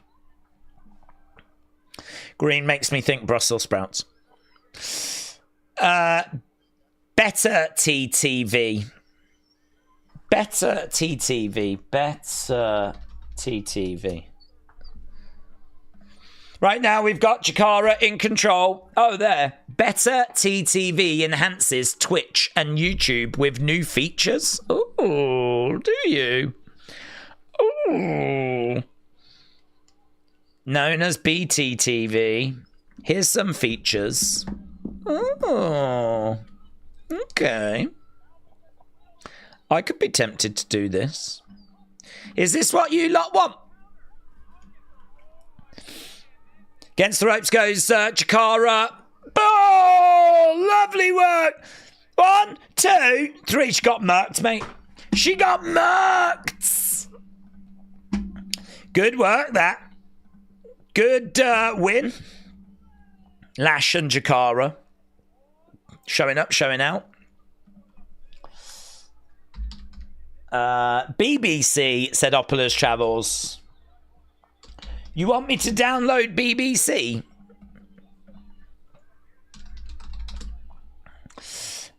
Animated emotes are fun. We can react with various ones.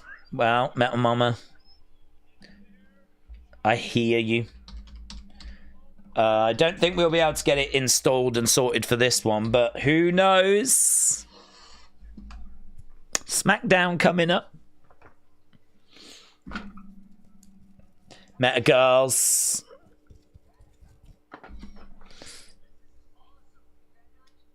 There we go. Lexis King is the Heritage Cup champion.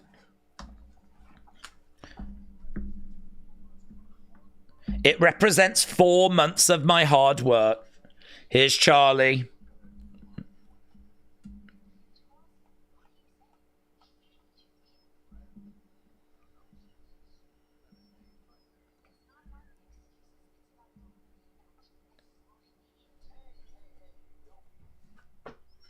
It was an accident.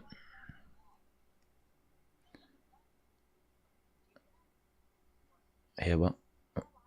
All I hear. Rematch, rematch, rematch, rematch, rematch, rematch. That's all she can hear. Oh my God. What's happening? Something's happening with the Shutter Ava's going to have a look. Who's brawling? It's Ridge and Tony. Rematch, rematch, rematch, rematch, rematch, rematch. Let's go. Who we got now? It is Kalani. Do you know what? I've come to realise I don't know anyone's music and I don't know their Titantrons. Until their names appear, I ain't got a clue who's coming out. Here is Kalani. Who's she facing? Kalani Jordan is going to be taking on Cora Jade.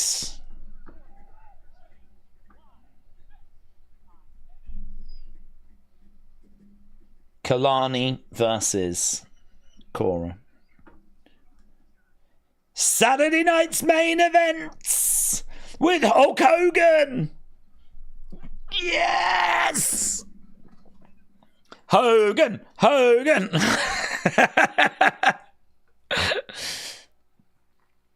I want to know if that reaction has spread now.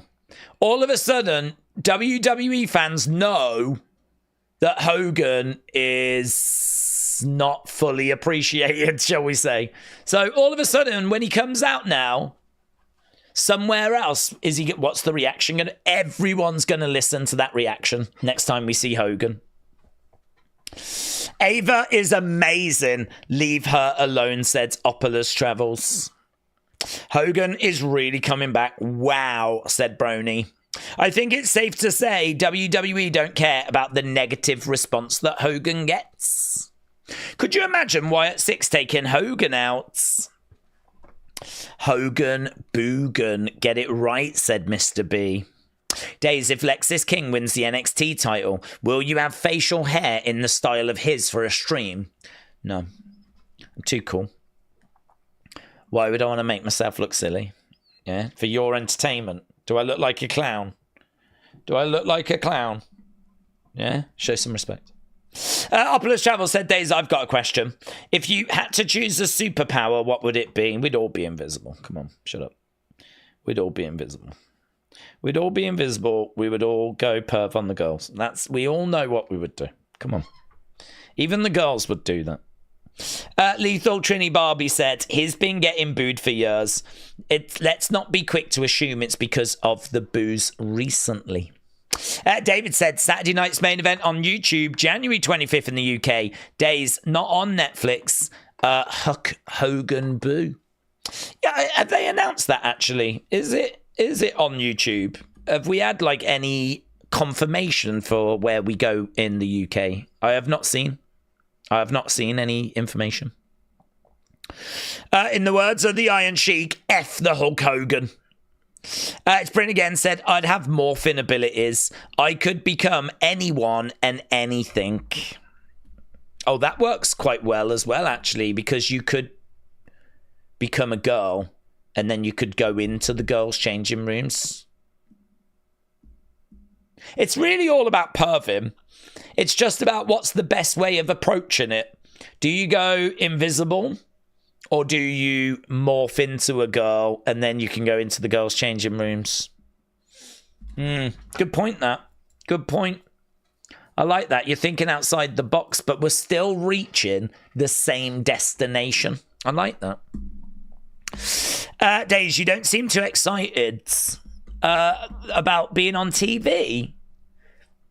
I mean, a lot of people put us on TV. Some people have us on like phones. I get a lot of people saying that they watch the streams on lots of different devices. Some people watch it on laptops. Some people have them on TVs.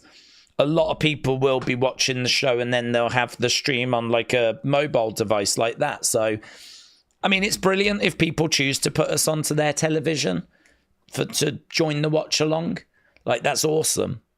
And I don't know, it makes me a bit nervous, actually, because to be seen on such a big screen is not really how I envisage these watch-alongs to be viewed. I always think they're viewed on like a mobile phone or a tablet.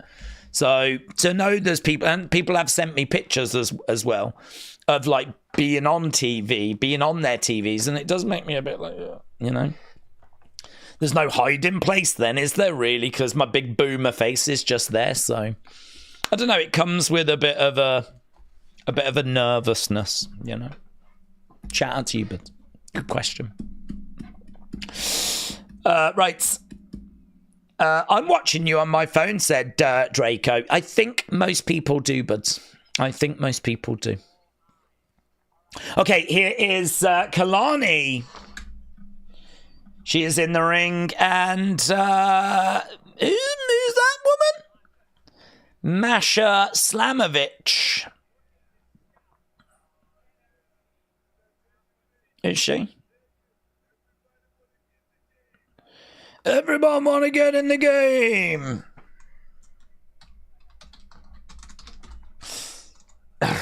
Vic Joseph said, for once, I don't have anything to argue with you about.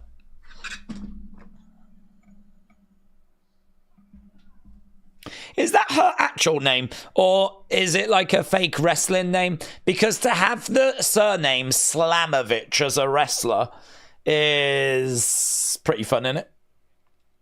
Slamovich. What's your name? My name is Max. Max Slamovich. That's like having the name Misha Painovich. Pain. Ah. Yeah, do we know? Is that her actual name? I'll Google it. Is it Masha or Misha? She's Russian. No, that's not her real name. Her real name's Anne Kozine. But she goes by the name of Masha Slamovich. It does sound like you would make that name up, doesn't it? But her real name's Anne. There we go. She's only 26. Interesting. Okay, we are underway.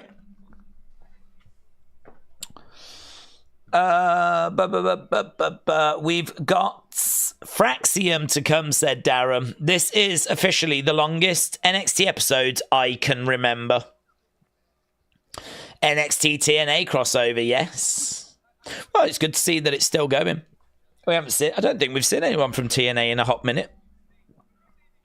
In the ring goes Cora. Kalani goes down over the top, over the other side, back. Ooh. Crossbody, down goes Cora. 1, 2. No joy. 26. So she could call me daddy, says Opulus Travels. You're 30. You're 30 and she's 26. And you want her to call you daddy? There's like only 4 years difference. I don't think that works, does it? I don't think that works. I mean, I know that this is like not really relevant, but like the idea of any girl calling me daddy, like I'm not a fan of, to be honest. Do you know what I mean? Am I alone in that? Am I alone in that? I've never quite understood it, actually. Why would you want any girl to call you dad? Of all the things they could say, that's got to be one of the worst.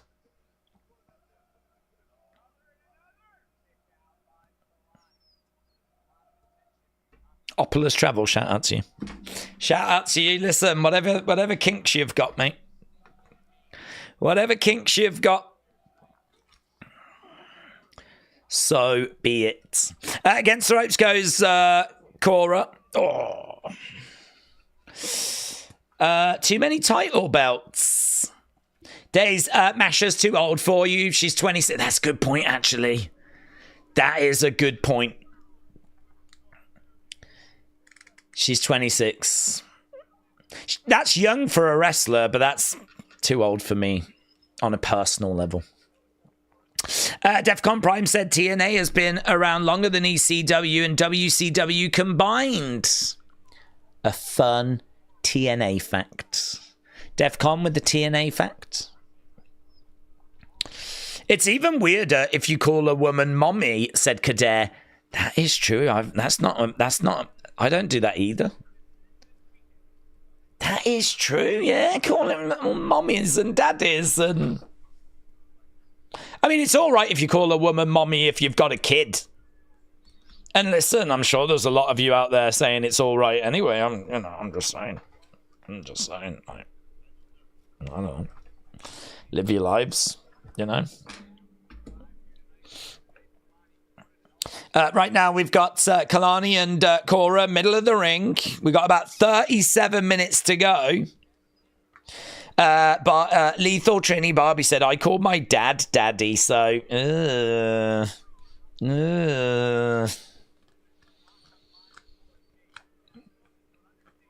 I wouldn't want to... Oh, my God. Could you imagine getting, like, in a good place with a partner?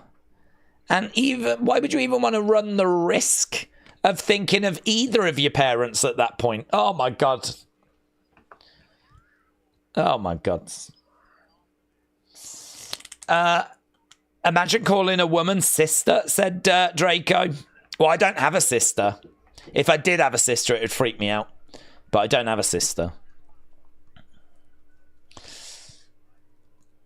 But I would rather be called Megatron. Alex, shout out to you. I would like to be called Megatron as well. Big shots coming in there by Kalani. It's funny we've never had this conversation considering all the mommy and the daddy Rhea Ripley stuff, isn't it?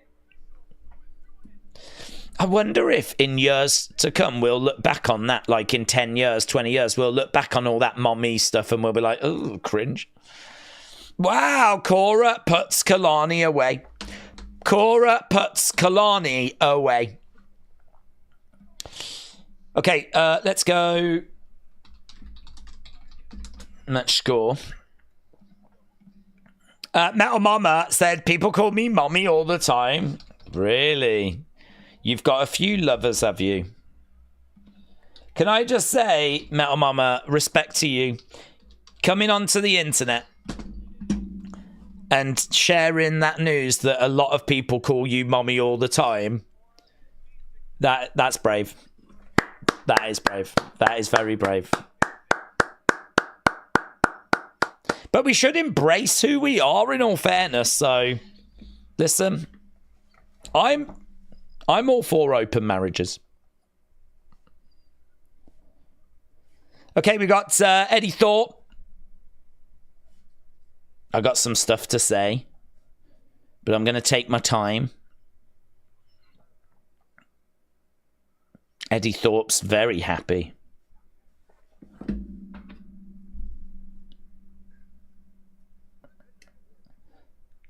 What a good night at work.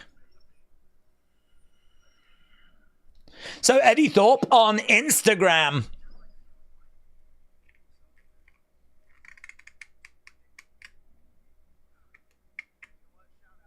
Shout out to our general manager, Ava.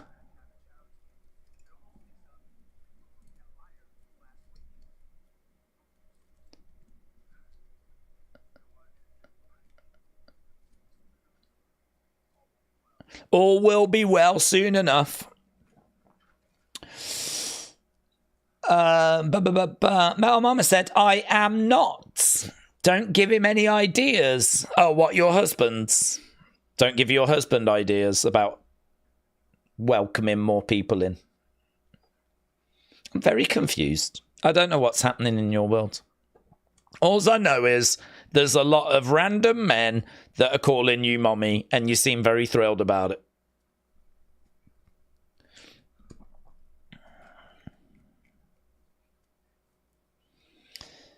Right, American Red Cross.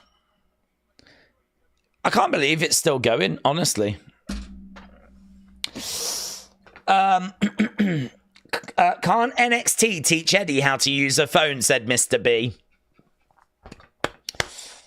Oh my god, I hate you, says Metal Mama. This woman is all over the road. She's all over the road. Trini, all the mommy stuff reminds me of that episode of Family Feud when the family were asked about another name for mommy and they said all kinds of weird shiz. Oh, I've never seen that. Okay, here's Fraxiom. We've got Josh Briggs and Inamura.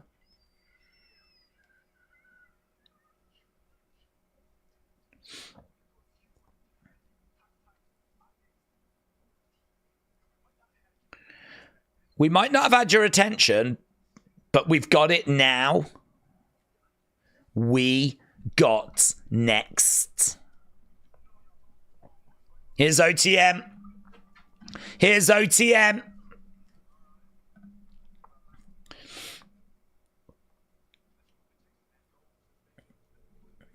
I think this is going to be our next match, isn't it?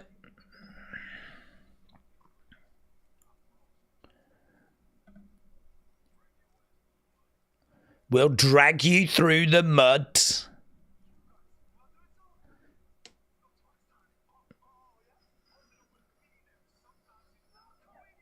No comedian. All right, he goes after them. Oh, he was only wearing shorts. He's wearing... I don't know why, but it just really surprised me that he's in shorts. There we go. We'll be right back after these commercial messages. Right, we want scripts. Let's go. If you want to laugh till you cry, search Family Feud funniest moments when you're in need of a good chuckle. Maybe I'll do that on Daze Reacts. Have a little look at those. Honestly, I think any woman who calls their boyfriend or husband daddy has got mental issues. Oh, okay. Tell us how you really feel, Charles. How do you really feel? Daze, do you still believe Fury is retired or is he trolling? I think he is trolling. Keep trolling. There's over 34 minutes in 3-minute adverts tonight. Take it from someone who has 4 daughters, said Wrestle Knight. Having a woman call you daddy is disturbing on many levels. How are we only just having this conversation? I feel like if there are any actual real women that watch us, and there might just be one that's got lost, I feel like this is probably something they need to know. Maybe I'm wrong as a man. Maybe there's lots of men out there that actively enjoy it, but it would freak me out. Being called daddy and mommy and all this kind of stuff. I can't believe we're only just having this conversation. Praying for those in California. Absolutely. I agree, it's weird, says Metal Mama. I guess now the rich won't skip past a homeless man. $1 in California. I guess now the rich won't skip past a homeless man. $1. I don't even know what that means, David.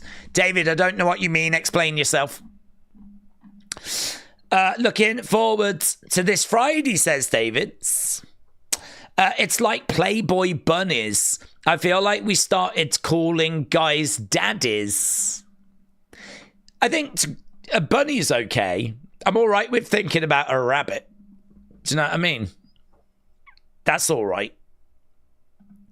I can think about rabbits at those times, but I don't know that I want to be thinking about mummies and daddies.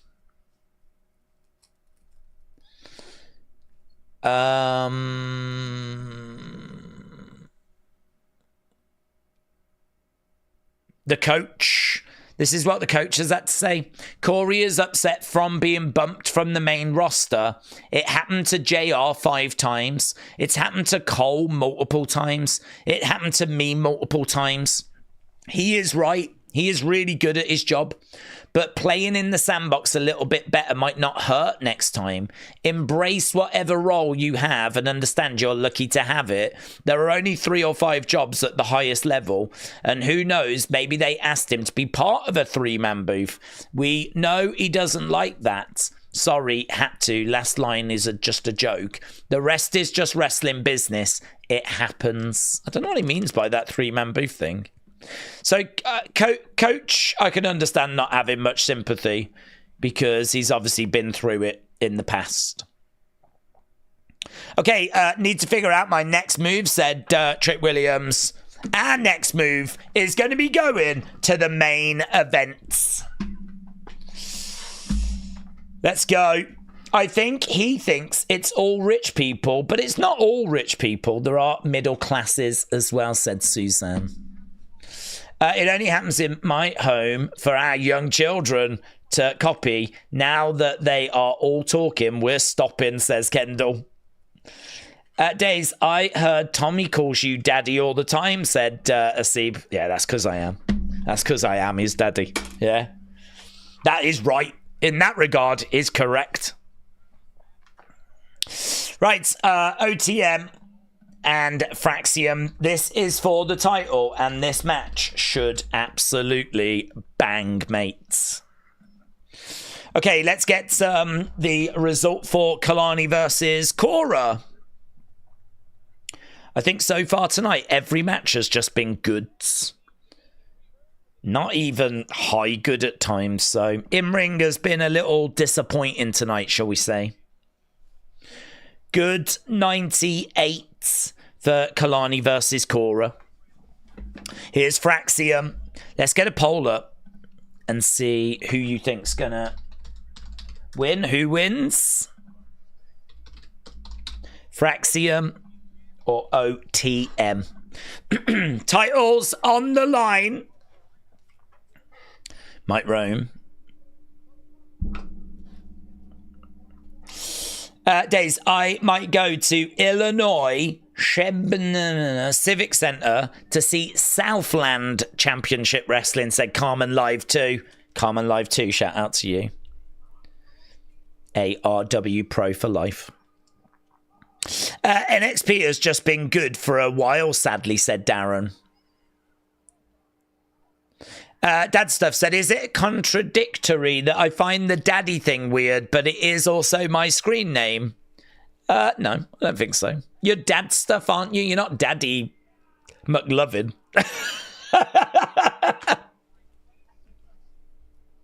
You're not Call Me Daddy big time, are you? You're Dad Stuff? What do you get up to? You get up to Dad Stuff? So, no, I don't think it's contradictory at all. That could have been a lot worse. You could have been Daddy McBang Bang, which actually would be my wrestling name. Right, we got Axiom on the outsides. Swing and a miss there. I don't know. We don't see these guys that often, so isn't it one Price, Lucian Price, Bronco Nima? Against the ropes goes Axiom. To the outside in came Nathan Frazer. Sergio, shout out to you, my friends. What about Big Daddy Cool, said Uncle Revel. Pervert. Straight up pervert. Alex said, I saw something about Bad Bunny against Logan at Mania. Yep. Logan has said, let's do it. Raw is #1 in the US on Netflix again. So that's good.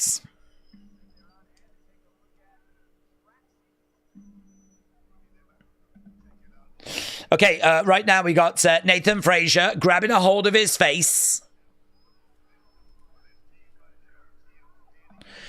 Nice. Shoulder to the midsection. Nathan with some big right hands. What about Big Daddy V? Oh, good shout. Pervert. Oh, there's DIY. DIY are on the platform. Watch him. Have the crowd seen him? 1, 2. Shoulder up. Ah, Bronco's got Bronco written on his... Bronco Nima has got Bronco written on his gear.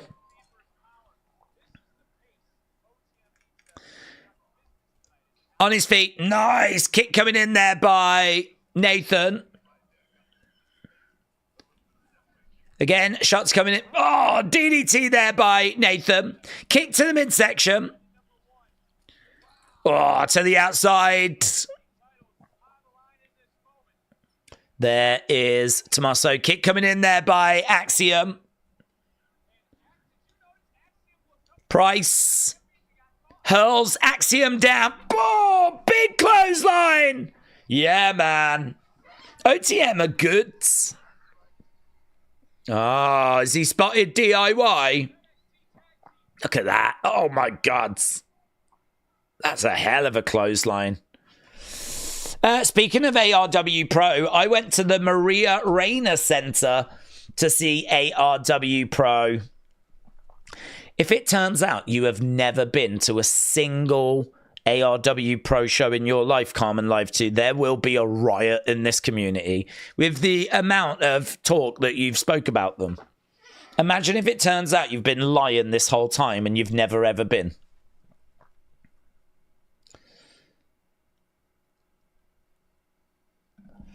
Do you mean Bad Buddy? Yes, Mackenzie, Bad Buddy. Bad Buddy. Let's go.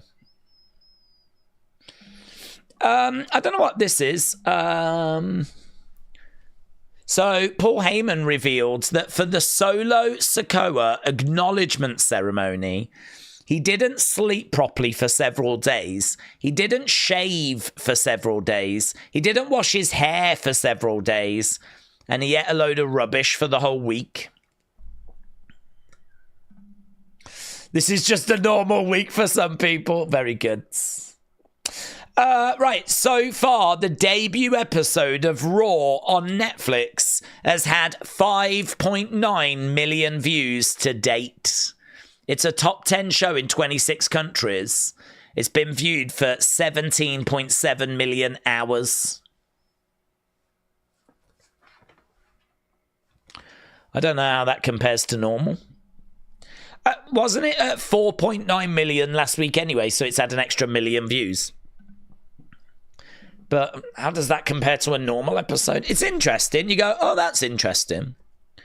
But I don't know. I don't know any more than that. Kian, shout out to you, buds. I can't wait to see Rosemary versus Masha on Sunday Genesis. Same. A. Jobson, shout out to you. I hope you're well. Daze, you could have been the original partner of Buff Bagwell in the American Males. Thank you, Nick Butcher. I think that's the nicest thing anyone's ever said about me. Can we put ARW Pro through the table? Yeah. Let's do it. They suck. Carmen Live 2, will you say ARW Pro sucks? Say it. Say it. Say it, Carmen Live 2. You can do it. You can do it. Hopefully, we find out that last night's number, we can use that one as a normal benchmark. Yeah, we're going to have to wait and see, aren't we? I didn't expect last week's, but we got it, of course. How does one pour a gas? AEW is trash, said little Joshy. Say it, said Mr. B. Yeah, come on, Carmen Live. Do it. ARW Pro sucks. They suck. They're rubbish. Say it. Go on. Go on, Carmen Live 2. How long is WWE going to be on Netflix, Days? Just say days. Days. It's going to be on for days. There's no talent in AEW, said little Joshy. Call me Big Daddy Chief, said Opulus Travels. You started that whole conversation, didn't you, buds? You was the one that was like trying to get all the women to call you daddy. Here we go. Mr. B, no, because ARW Pro is one of the most successful promotions in Northwest Indiana.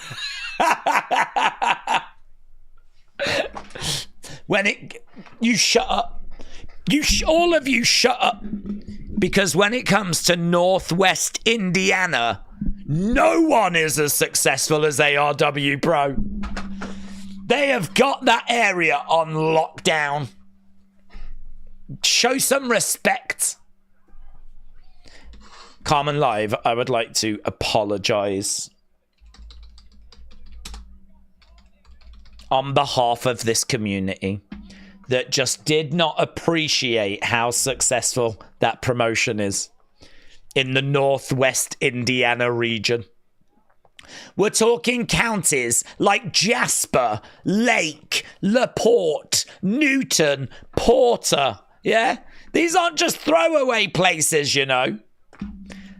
These aren't just throwaway places. Unbelievable.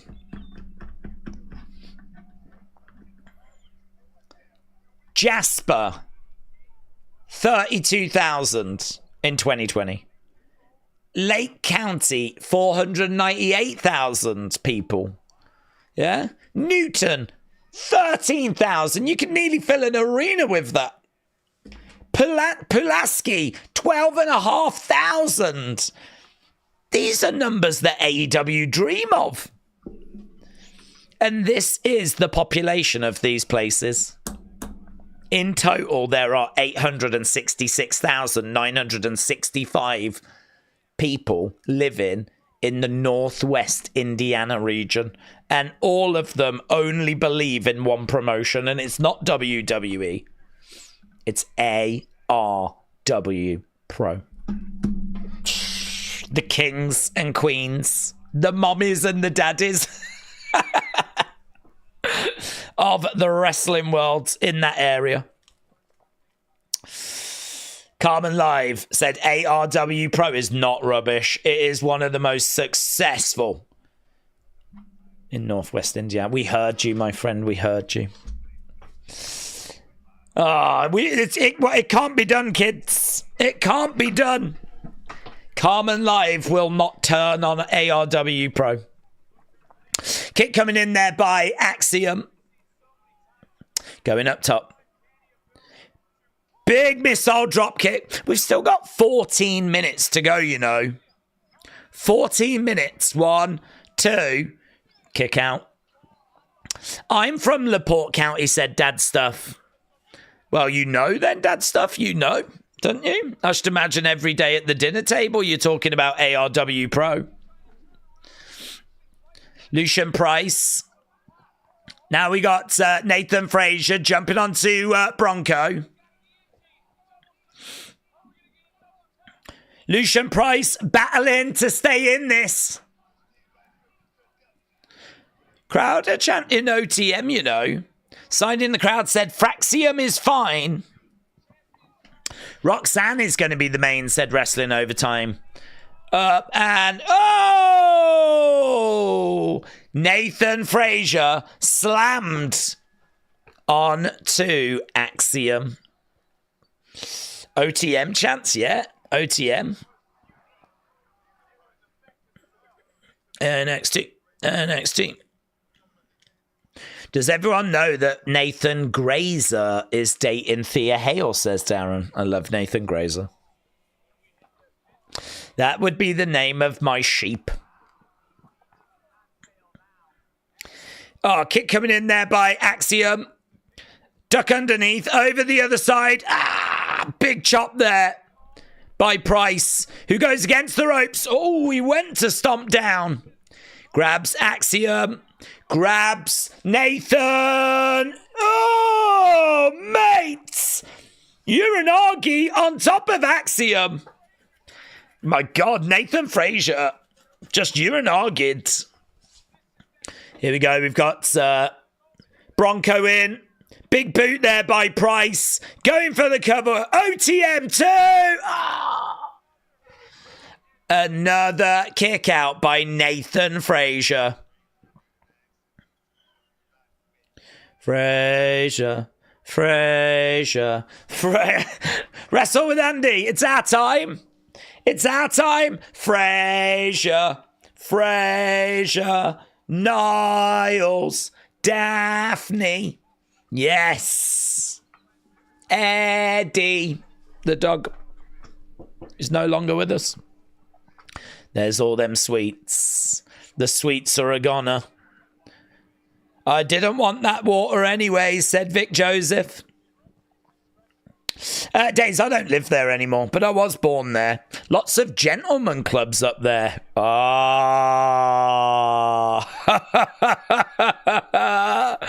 Now a truer picture of Carmen live wrestling 2 is starting to emerge, isn't it? Cameron going to that area where there's a lot of gentlemen's clubs, eh? That's interesting. Nathan Frazer up top. Whoa, boom! Big splash! In the ring, Spanish fly! Fraxiom! Fraxiom! Fraxiom! Fraxiom! Boom! Big kick! They're going to retain. 2, 3. Yes! Just bleed. That was sick, wasn't it? To the outsides. That was sick. That was so good that I've just posted a poll that doesn't even mean anything.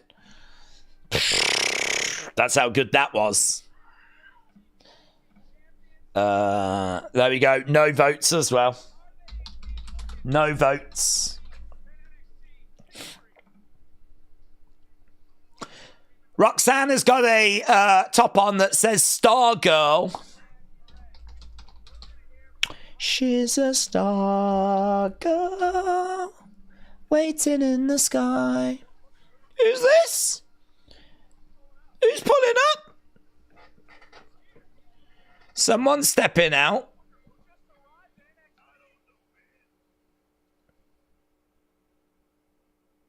Who's that? Who just arrived? Jordan Grace. I'm thinking Jordan Grace. Daze, what is they call you Shirley Crabtree?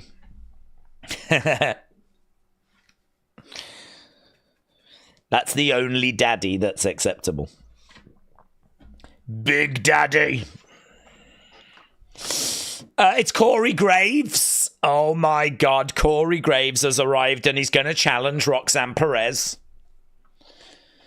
Dream at Tessa. Tessa said Asib. It's Tessa. It's Alexa. Oh my God. Alexa's back. And they've put her in her rightful place of NXT. I only said that to trigger people.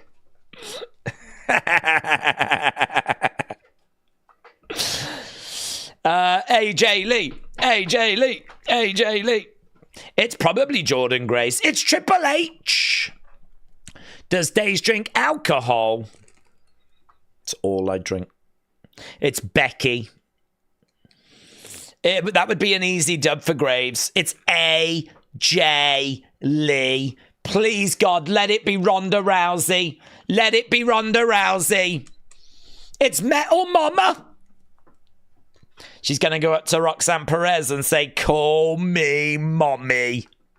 Like that. And we're going to be watching and we'll be like, we don't really like that term, actually. It's Michael Cole. Yes. James said, Daze is such a wind-up merchant. It's Paul Nakano. It's Stephanie McMahon. It's Vince McMahon. Oh my God, Vince is back. Vince McMahon is back. It's Margot Robbie. Those legs look short and stocky, says Charles. It's Kane. It's probably Julia. Oh my God, imagine if it was just Julia. I mean, no offense to Julia, but like, oh my God. It's nowhere near as exciting as Vince McMahon. Daze, what happened to Rhonda? She had a baby. She pushed a human out of her vagina the other day. It's probably just Sarah Schreiber just to taunt Daze. It's the fabulous Moolah. It's Sonny. Oh my, Sonny, if it was you and you took to the microphone and said, guys, please buy my poetry book, that would be the best. That would be the best. Right, we've got Tony. It's the jumping bomb angel, said both of them on each other's shoulders like that. It's Lola. It's Father Ted. It's Omos. It's John Moxley. It's Danny DeVito. It's William Hensey. It's Daze. It's Tony Khan. When I first won the NXT Women's Championship.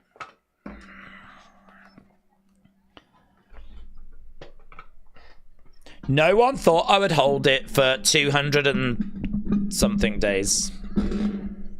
I did because I believed in you.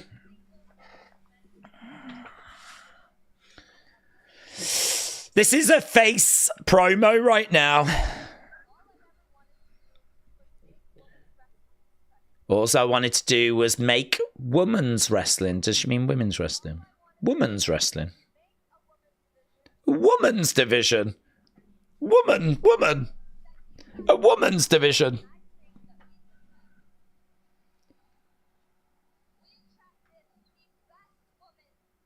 Woman? Why is she saying woman?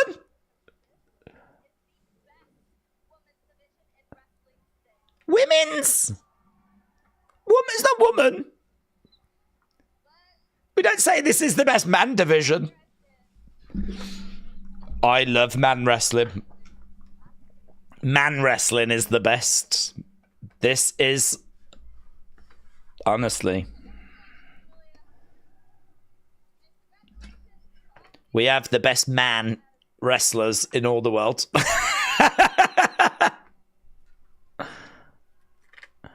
Right, the crowd are booing. Do you want to know what's even sadder? It's not women's division.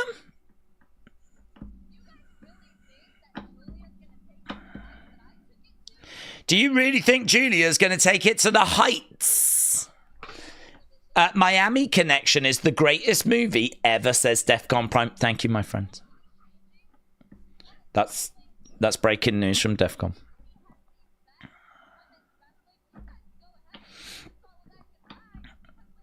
Without me.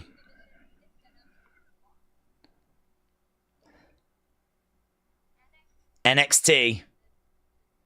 NXT doesn't deserve me. You don't deserve me.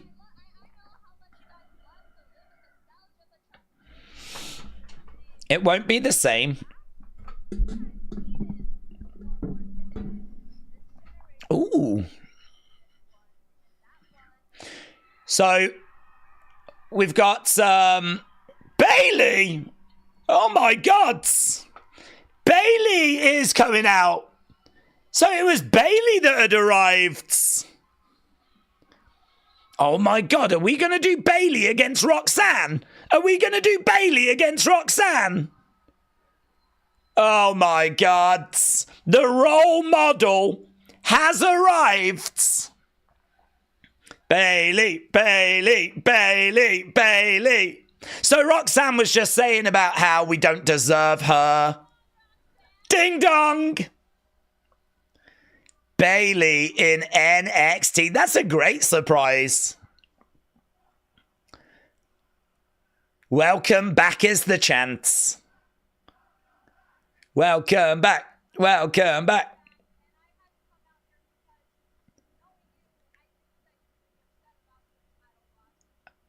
I knew you'd be upset.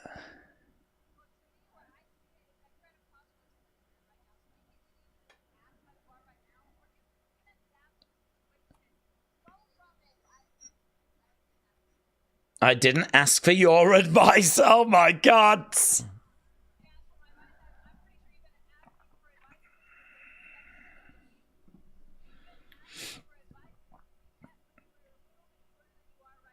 Oh, you've been asking for advice when you was a little bit shorter than you are now.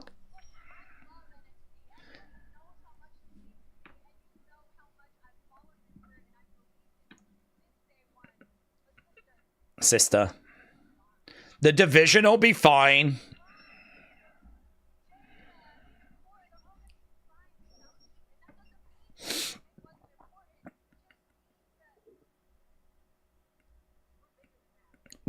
We're bigger than that.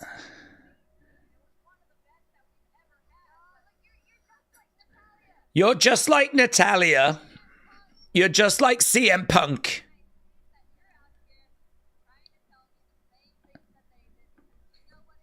Where's this going? Is it a match?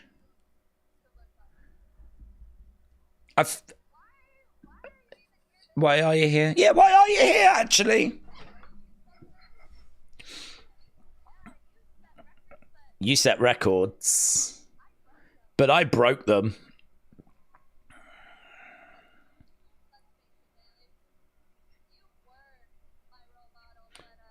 You were my role model. Here we go.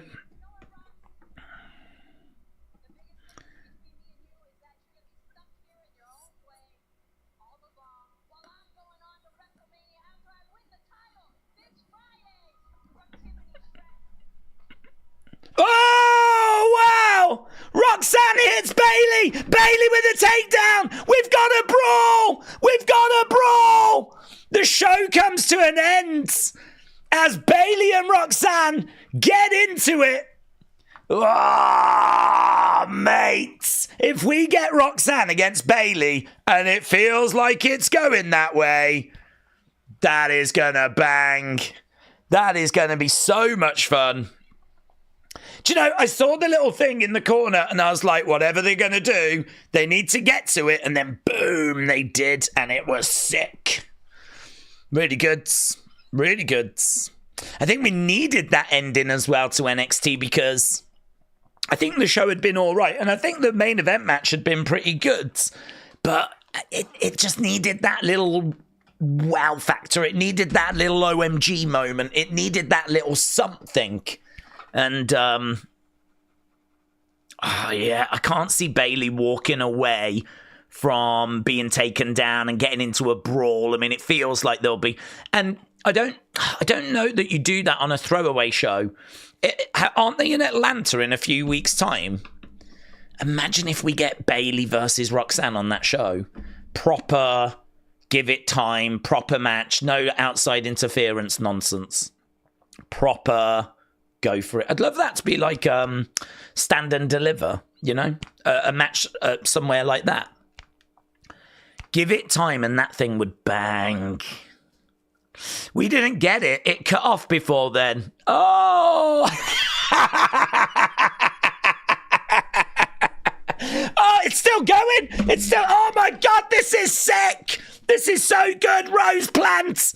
Oh, smashed her into the commentary table. Into the barricade. Oh, my God. This is the most brutal beatdown I have ever seen. Oh, my God. The scenes. She's got a family, damn it.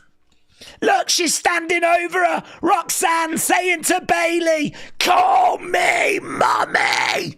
Call me mommy and daddy. Ah. Oh my God, it is absolutely incredible. Bayley is crying. Vic Joseph is throwing up. Booker T's going, oh yeah. Oh yeah. Yeah. Shucky ducky. Shucky ducky. Like that. Oh my God, what an ending. What an ending. They have trashed. Oh my God, Roxanne just punched that man in the face. So good. So good. And then, oh, the ring just exploded. Wow. Scenes. Well, I don't know about you, but I think NXT's 10 out of 10 this week. Absolutely phenomenal. What an offering. What an offering. Right, let's get the score for OTM versus not OTM, which is Fraxiom. And we do need to quack. Lots of quacking. Lots of quacking. Let's go 13, 39, 44, 2. Let's have a look, see if we're up to date with everything. We are. I'm going to run away to work on Unseen. I want to get your thoughts for the NXT Opinions video. I appreciate you joining us. I love you all. I'll see you tomorrow for the Wrestling Escape Pods. And Chucky Ducky. Quack, quack.